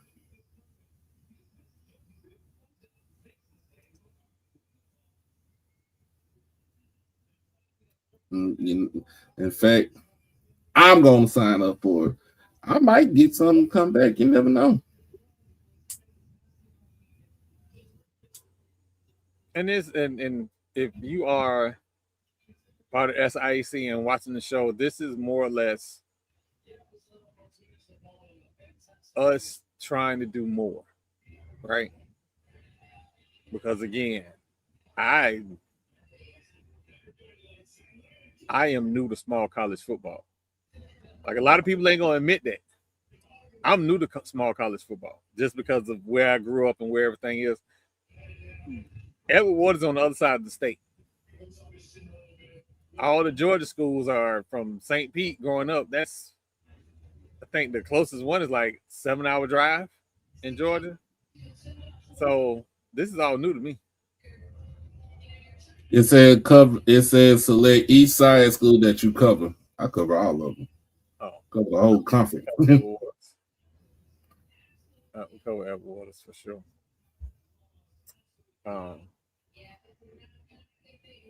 But yeah, and again, for the guys that cover it, HBCU game day, shout out to them.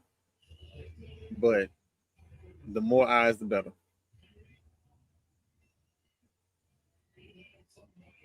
And let me submit my form. Hey, Blue Jacket, are you talking about the World Cup? They're gonna keep, if it's a USA game, they're gonna keep doing that. They're gonna definitely keep doing that. Jet fuel, $10 million, but they're doing flyovers.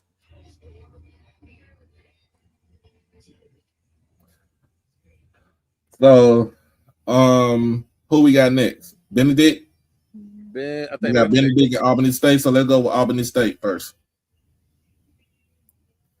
Albany State guys a tough schedule. Oh my God.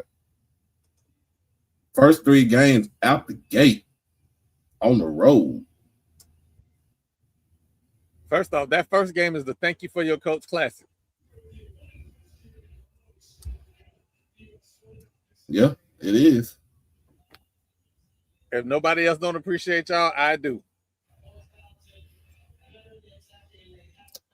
Yep. And then the following weekend, they have the Hall of Fame game in Canton, Ohio against Johnson C. Smith. Out of the frying pan into the fire. Johnson C. Smith might be tough. Man, might be tough. They are tough. they don't might be. They are gonna run the football. Oh no, he's balanced. Coach Flowers he's a balanced guy. He likes to run, but he likes to pass too. Okay. I don't know what game I saw last year, but it was like third quarter. They had like 200 some yards rushing in the game. I was like, "Ooh, Jesus!" Hey, I'm gonna take what you give me though. That's the whole thing. If you gonna let me run the ball like that, I got to get it. In the third game on this stretch on the road, you know what? Time out.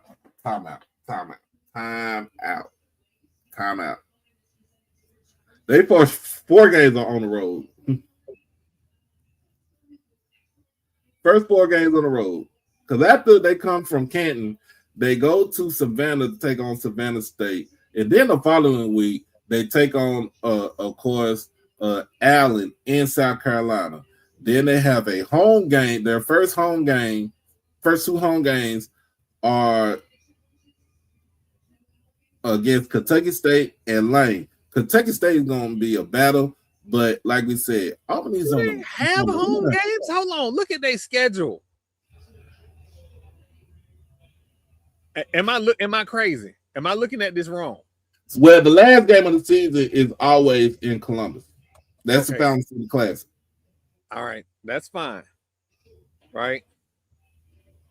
But 1, 2, 3. I see 3 home games.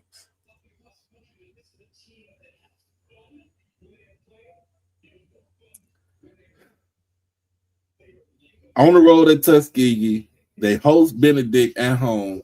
They go to Clark, and then they are in Columbus against Fort Valley for the last game of the season. That's a classic. This isn't a criticism. Okay, we get it. Like, you got to put money in the coffers of the program, but you also, your fan base is your stakeholders. Like, they may travel to games, but give them a break.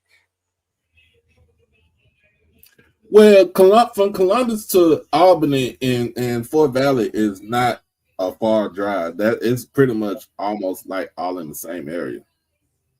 From Albany to Atlanta is like maybe what's the give or take about 2 hours, y'all? Like 2.5 hours. Like that, yeah.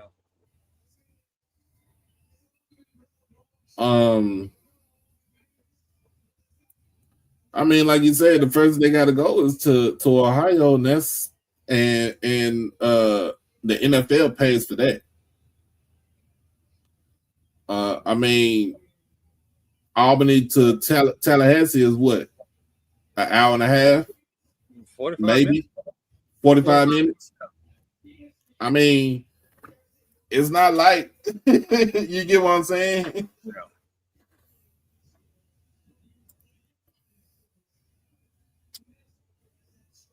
Like to Tuskegee to Albany is like maybe 2 hours. Yeah. They keep it within the region. Yeah. I when you say it like that, yeah, but I'm just like, You just looking at the whole yeah, the whole totality. Okay, Lawrence, see, and that's what I'm saying. So if this is a normal thing, ignore me, new guy. Ignore me. If that's a normal thing, just ignore me. I just be thinking about, I want everybody to get their money. That's all. Well, they're gonna get their money at Tallahassee. So, like I said, we thank you for your Coach Classic. You stay healthy, enjoy the game. I'm gonna hug everybody on your way out. and last but not least, we got Benedict. Whew. All right, Benedict start the first game off at home against Johnson C. Smith. That's going to be a battle. That is going to be a game. Your first game off the rip is against the CI. It's against one of the more better CIAA teams. Maybe like this maybe wasn't the schedule. But hey, if you feel like you them people, then hey, schedule anybody. Then they are on the road in Rome, Georgia, to take on Shorter. I don't know anything about them. Are they D2? Yeah, they Division 2. Okay. Then yeah, they're about 3 hours. Then they are at Fort Valley.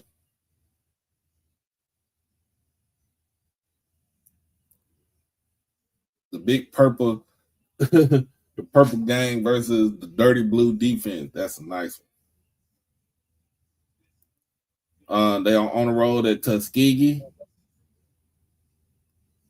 They have Clark at home, and consider they are at Allen, which is Blythewood. I'm just saying, just like it is. But this is a classic / rivalry right there. Okay, yeah, they play at Conference Carolinas.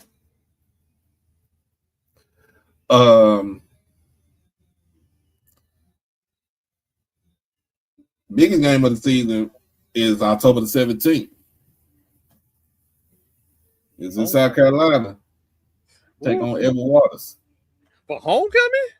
I like it. I like it. No cream puffs. All gas, no brakes. That's going to be That's going. What's that Jim Ross used to say for in the WWE? Always going to be a slobber knocker. Pause. Listen, don't be sad at your homecoming party. Yeah, this is what you scheduled. You asked for this. October the 24th, they are at Albany. Big matchup on Halloween against Savannah State, and then they end the season at home against Central State. Yeah, they playing an all D2 schedule.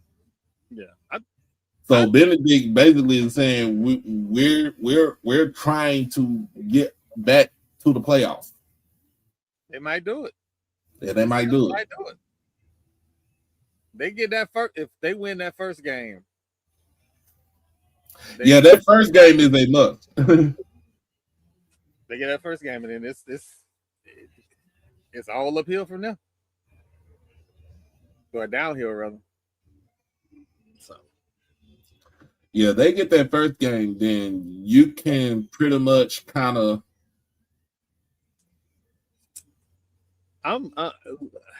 Listen, I don't know anything. I have not talked to anybody at Florida Memorial Administration. I'm just looking at schedules over the last 3 years by Florida Memorial. If I find out they back around here in the cut raising money,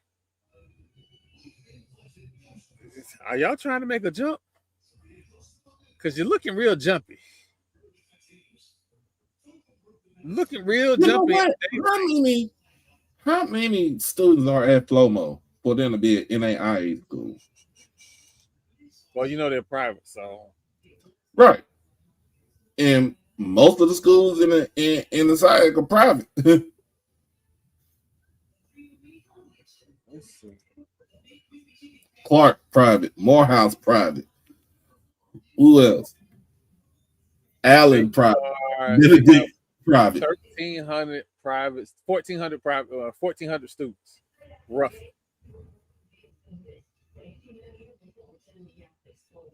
53% women, 47% men. Oh, their enrollment went up. They got 1,800 students now. Again, I'm asking the question. Let me find out. You know what? Let me do a quick search real quick.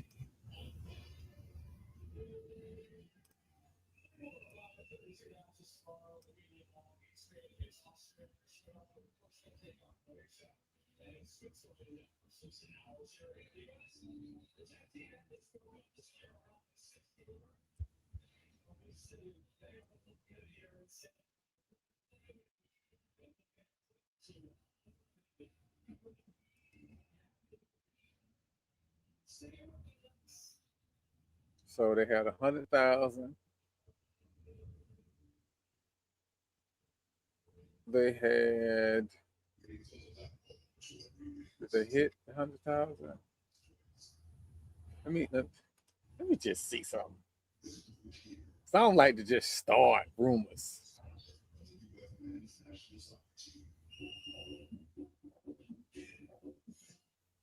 Where y'all at right now?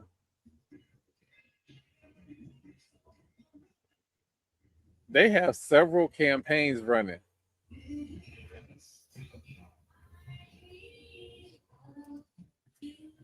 Yeah.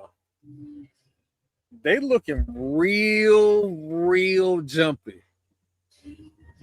Mm-hmm.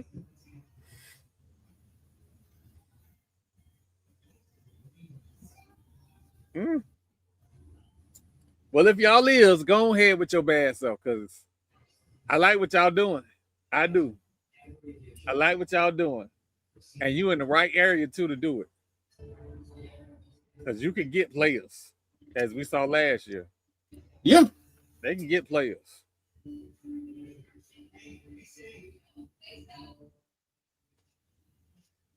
The closest one to them is the SIAC. That's the closest one to them, Blue Jack.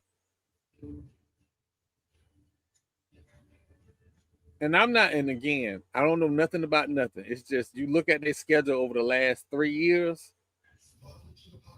They've had some the tie against Clark Was it Clark? Yeah, the tie against Clark was a loud tie. Like that was sending sharks around the world. Yeah, because a lot of the SIA schools are not as are basically in the same radius as the Sun Conference. So they'll play teams in the Sun Conference from Fort Lauderdale all the way up to Georgia.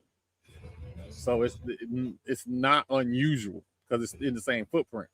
That's also why, like I said, them jumping isn't elite because they're already doing it. They're already like it's not like you got your costs are gonna explode. You're already doing those costs when you play these games. So And the only thing about it is because the furthest school north would be Central State, Central State, yeah, that'd be the toughest one.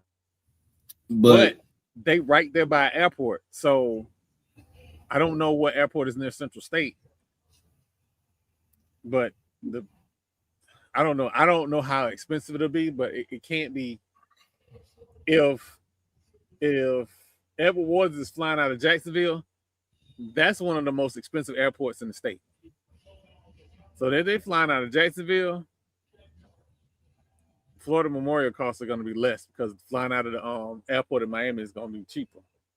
Central State is public. Kentucky State is public. Fort Valley is public. Albany State is public. Hey, Miss Lady. Hey. Can y'all hear me? Yep. Oh. You must be in the boonies. Not in the boondies, but I just feel like I'm in just a dead zone. I don't know what's going on. I've been on the go since early this morning, so I ain't seen my house all day. I've been home all day, and that blonde haired lady been off work. Go back to work tomorrow. I almost called her job. I almost To called tell her them job. come get her back. Yeah, come get her.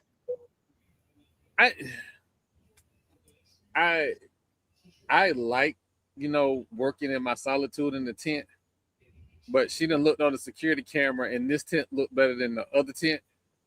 So she done tiptoed her ass out here to see what was going on. She was like, oh, ain't no bugs can get in here. You don't take your ass in the house. So Can't no bugs get in here. So Wilberforce is closer to Dayton. Okay. Yes. So actually, Wilberforce is like, technically it is closer to Dayton. It's really close to Cincinnati too, though. So if you was flying from Miami, which airport would you go to? Would you go to Cincinnati? Cincinnati? Okay. Yeah, don't go to Columbus because you'll have a 2-hour drive. That's, see what I'm saying? Columbus in the central part of the state. Their costs will probably be cheaper than Edward Waters. And again, I don't know nothing about nothing. I'm just saying, if I'm reading from 10,000 feet that don't know nothing, it will really look like Flomo is trying to do something. And if Flomo make the kind of noise that I think they're gonna make this year, I'm not saying they're gonna win the conference, but I'm saying they ain't gonna be last either. I think they'll be in the middle of the conference, and that might get them ranked. I can see that. I can definitely see that. Thank you. Yep. Crook, sure. Are you still on this? Lay down, man. Touch grass. Let it go. If you're mad about them national championships, dig them dead newspaper people up and argue with them. I gotta read the chat. What's wrong, Crook? He Just jump back home. Southern is still behind Tuskegee. Like, we need to come on, man. So that wasn't the only people that was giving FAMU national championships. Like we need to be real about stuff. The reason that I researched about who gave out Black national championships and why certain schools didn't claim national championships. By the way, there were white newspapers that were trying to get Black people to read their newspapers.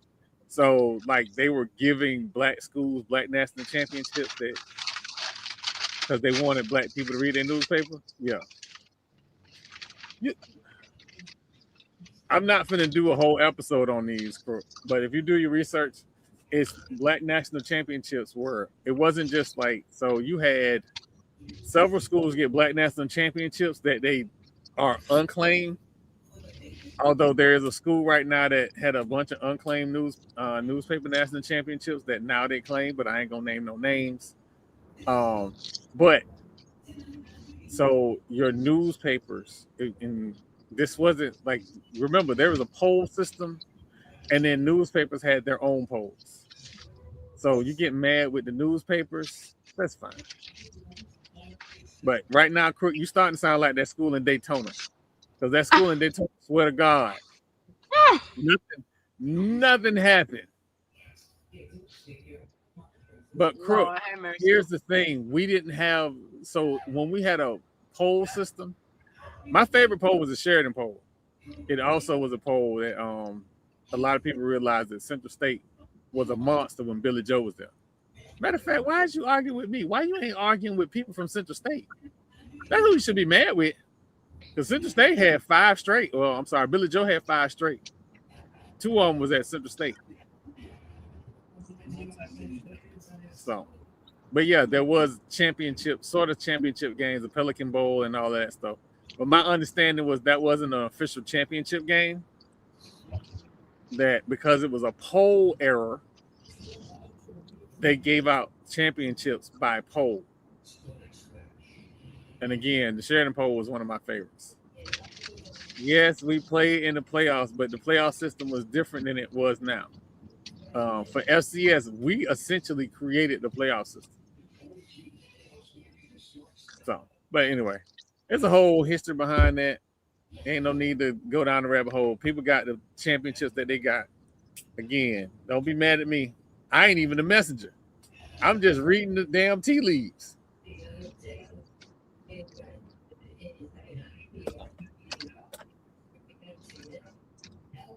You sitting here worried about FAMU?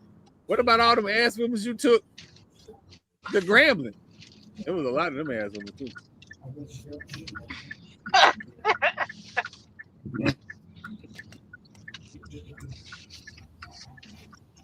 So, oh Lord. Central State absolutely was a powerhouse. I feel like Billy Joe is not, and again, it's different from me because I was in Tallahassee. But okay, Crook, one game. You got one game. Fine. How many? But didn't Hampton whoop everybody ass in the Heritage Bowl too? Hampton beat people in the Heritage Bowl. Like the Heritage Bowl, you will also get, people don't realize you will also get like the second and third place teams in conferences because they was going to the first and second place teams were going to the playoffs. And then also the coaches was complaining about it wasn't the best competition. So it became, I don't ever want to say it became a lesser bowl. I don't want to say that. It just became, you can't compare it to the Celebration Bowl now because the Celebration Bowl is the law of the land. We didn't have a law of the land back then. The law of the land back then was the poll system. Whoever got voted 1, 2, 3, 4, that's the poll. The playoffs, you're not finna sit here and disrespect FAMU in the 90s, buddy. That's what you're not finna do. Because I can promise you, there's some people in Troy, Alabama that don't like FAMU to this day. And I absolutely love it. Like people talk about a business rival, FAMU and Troy, them business rivals. Because either FAMU would start out the playoffs with Troy, beat somebody, and then go play Troy. And Troy didn't always come out on the winning side of that equation. But again, you got me reliving my youth.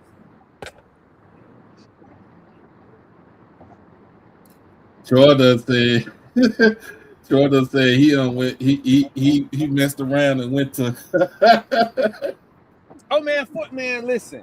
So he messed around and went to Fort Valley over some tail. this girl said, because her sister went to Fort Valley. So we was at Florida State. And of course it was a Delta. Her sister went to Fort Valley. It was a Delta at Fort Valley. Her sister went to Fort Valley. She was like, "Can you ride up here with me?" It's like, I'm not ride. I drive, but I'm not finna ride up there with y'all. You know people, but you don't know people like that. So I was like, "Yeah, I'll ride up there with you." And I didn't want to come home. I was having too much fun. So I think we left out that Thursday night. We didn't come back to Tuesday. Damn. Oh yeah, we didn't come back to Tuesday. But again, back then everything was about learning new stuff. Like everything was new. So I told y'all I didn't know, like my family was black middle class. I didn't know we was like regular poor till I got to Florida State and was like, so wait a minute, black people get a children Mercedes Benzes? Wow. Okay. Right. All right. Okay. Crazy. So,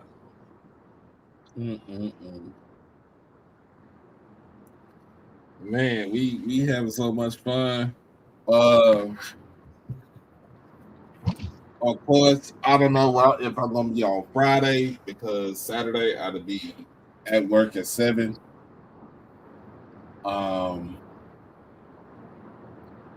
But if I don't have to work Sunday, the next show would probably be on Sunday for me, and we'll be covering the CIAA, and then you know what? I want to do the independents in Division 2 in NAIA. So that means Lincoln University of Missouri, you're on the clock. Langston, you're on the clock. Texas College, you're on the clock. And West Virginia State, you are on the clock. yeah, we got.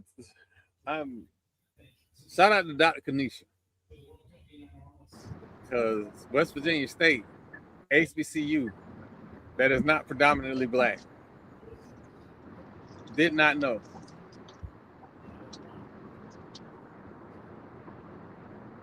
Y'all are on the clock for on Sunday night.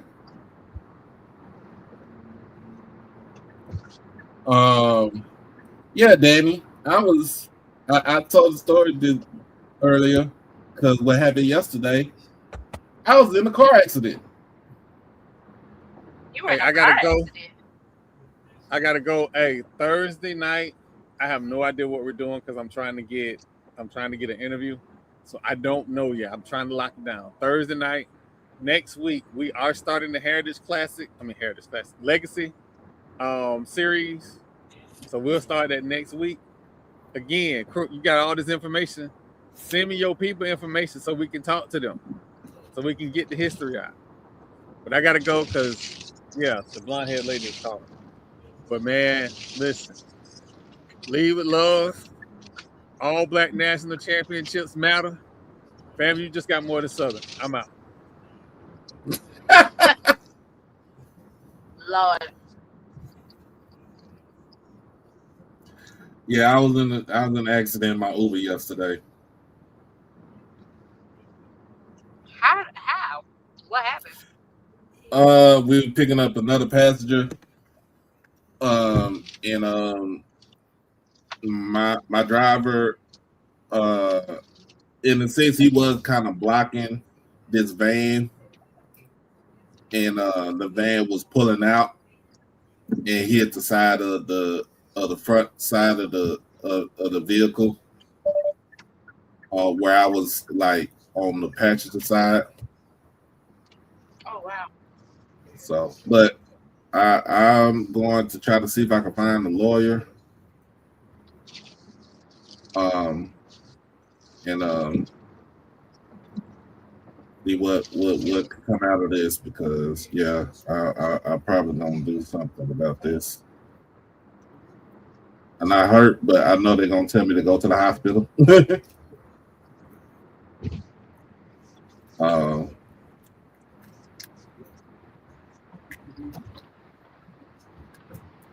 but we shall see. Well, glad you're okay. Yeah, I just wanted to get home yesterday. I didn't get home till like 5 o'clock. Then at 5 o'clock, and I had got off at 3.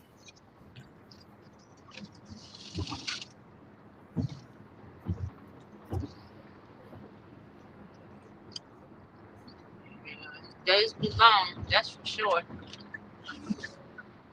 I'm just now about to. I'm still like 5 minutes from home. You 5 minutes from the house. Hmm. Okay. I still gotta unload my car. Cause you know these Negroes down here, Yeah, I'm good, they'll y'all. I'm they'll good, they'll but steal they'll steal the skin off of you if you ain't paying attention.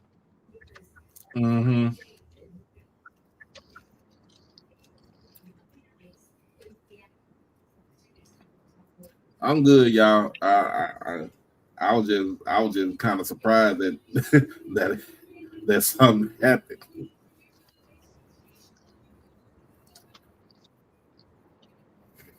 Mm-mm-mm. But yep. Oh my goodness. United States won 2-0 against Bosnia. They played Monday night against Belgium. I ain't going on no pain shoe. I'm already in pain. Hell, I'm already in pain taking medication for blood pressure and stuff. And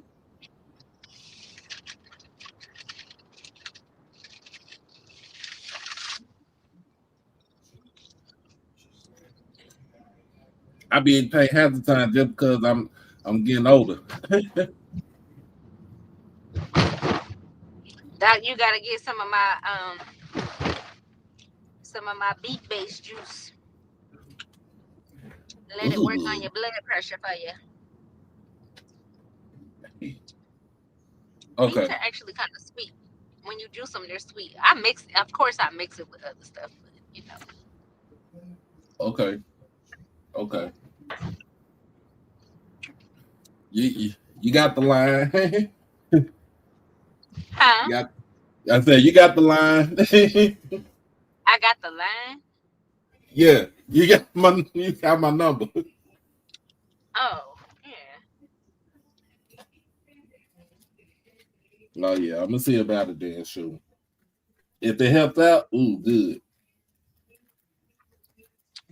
Yep. You got That's the next anything thing I'll for be working on.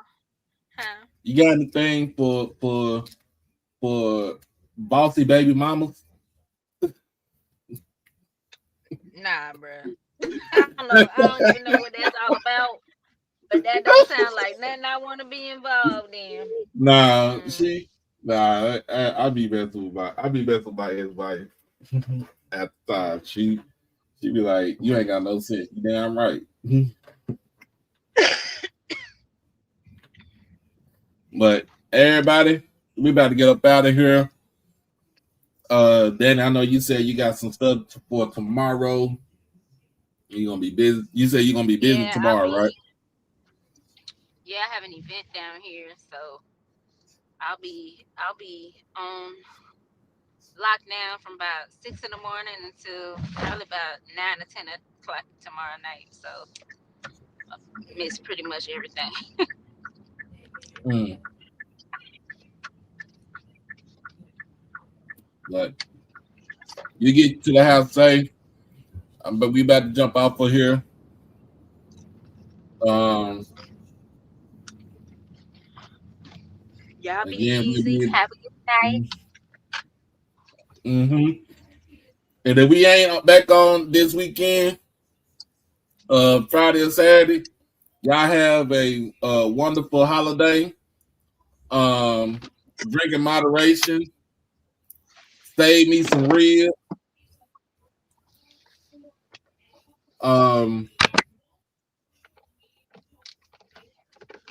And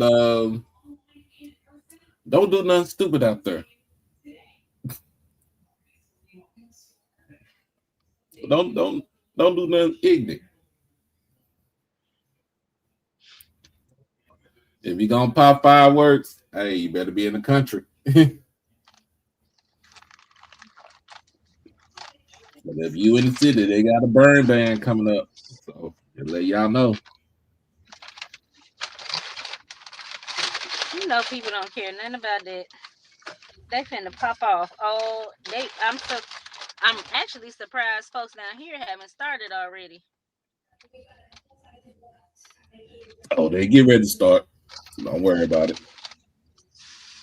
They be going from July 1st through Christmas, it feel like. Like, dang, y'all ain't run out yet?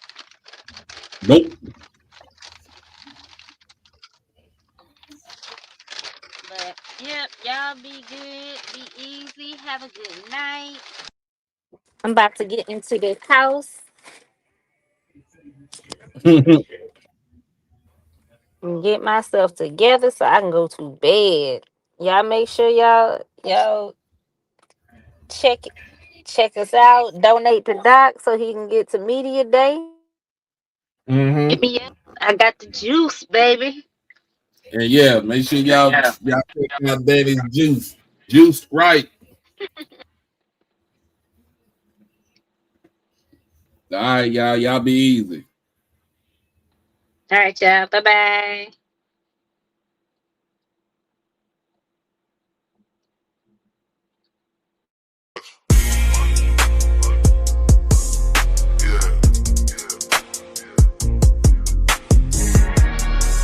HBCU. Mic check, cameras roll, yeah, it's time to lock in. HBCU overdrive with a conversation start then wins. Every week we break it down, every headline, every play. Giving flowers to the legends while the future finds its way. HBCU Saturday, got the fans glued to the screen. HBCU tonight with Doc Holiday. Keep it clean from the some swag to the MEAC. Every story get respect. SIAC, CIAA, independent, never left. Tailgates, band battles, coaches talking X's and O's. Players chasing greatness while the culture only grows. Jackson State, I love, we shine over every school. If it's HBCU business, then you know that's what we do. No gossip, just a fact with a southern state of mind. Real voices, real moments, every episode designed. This our sports, this our culture, this our legacy alive. Turn it up and ride with us. HBCU overdrive, overdrive, overdrive, overdrive, overdrive. HBCU overdrive, overdrive, overdrive. HBCU overdrive, overdrive,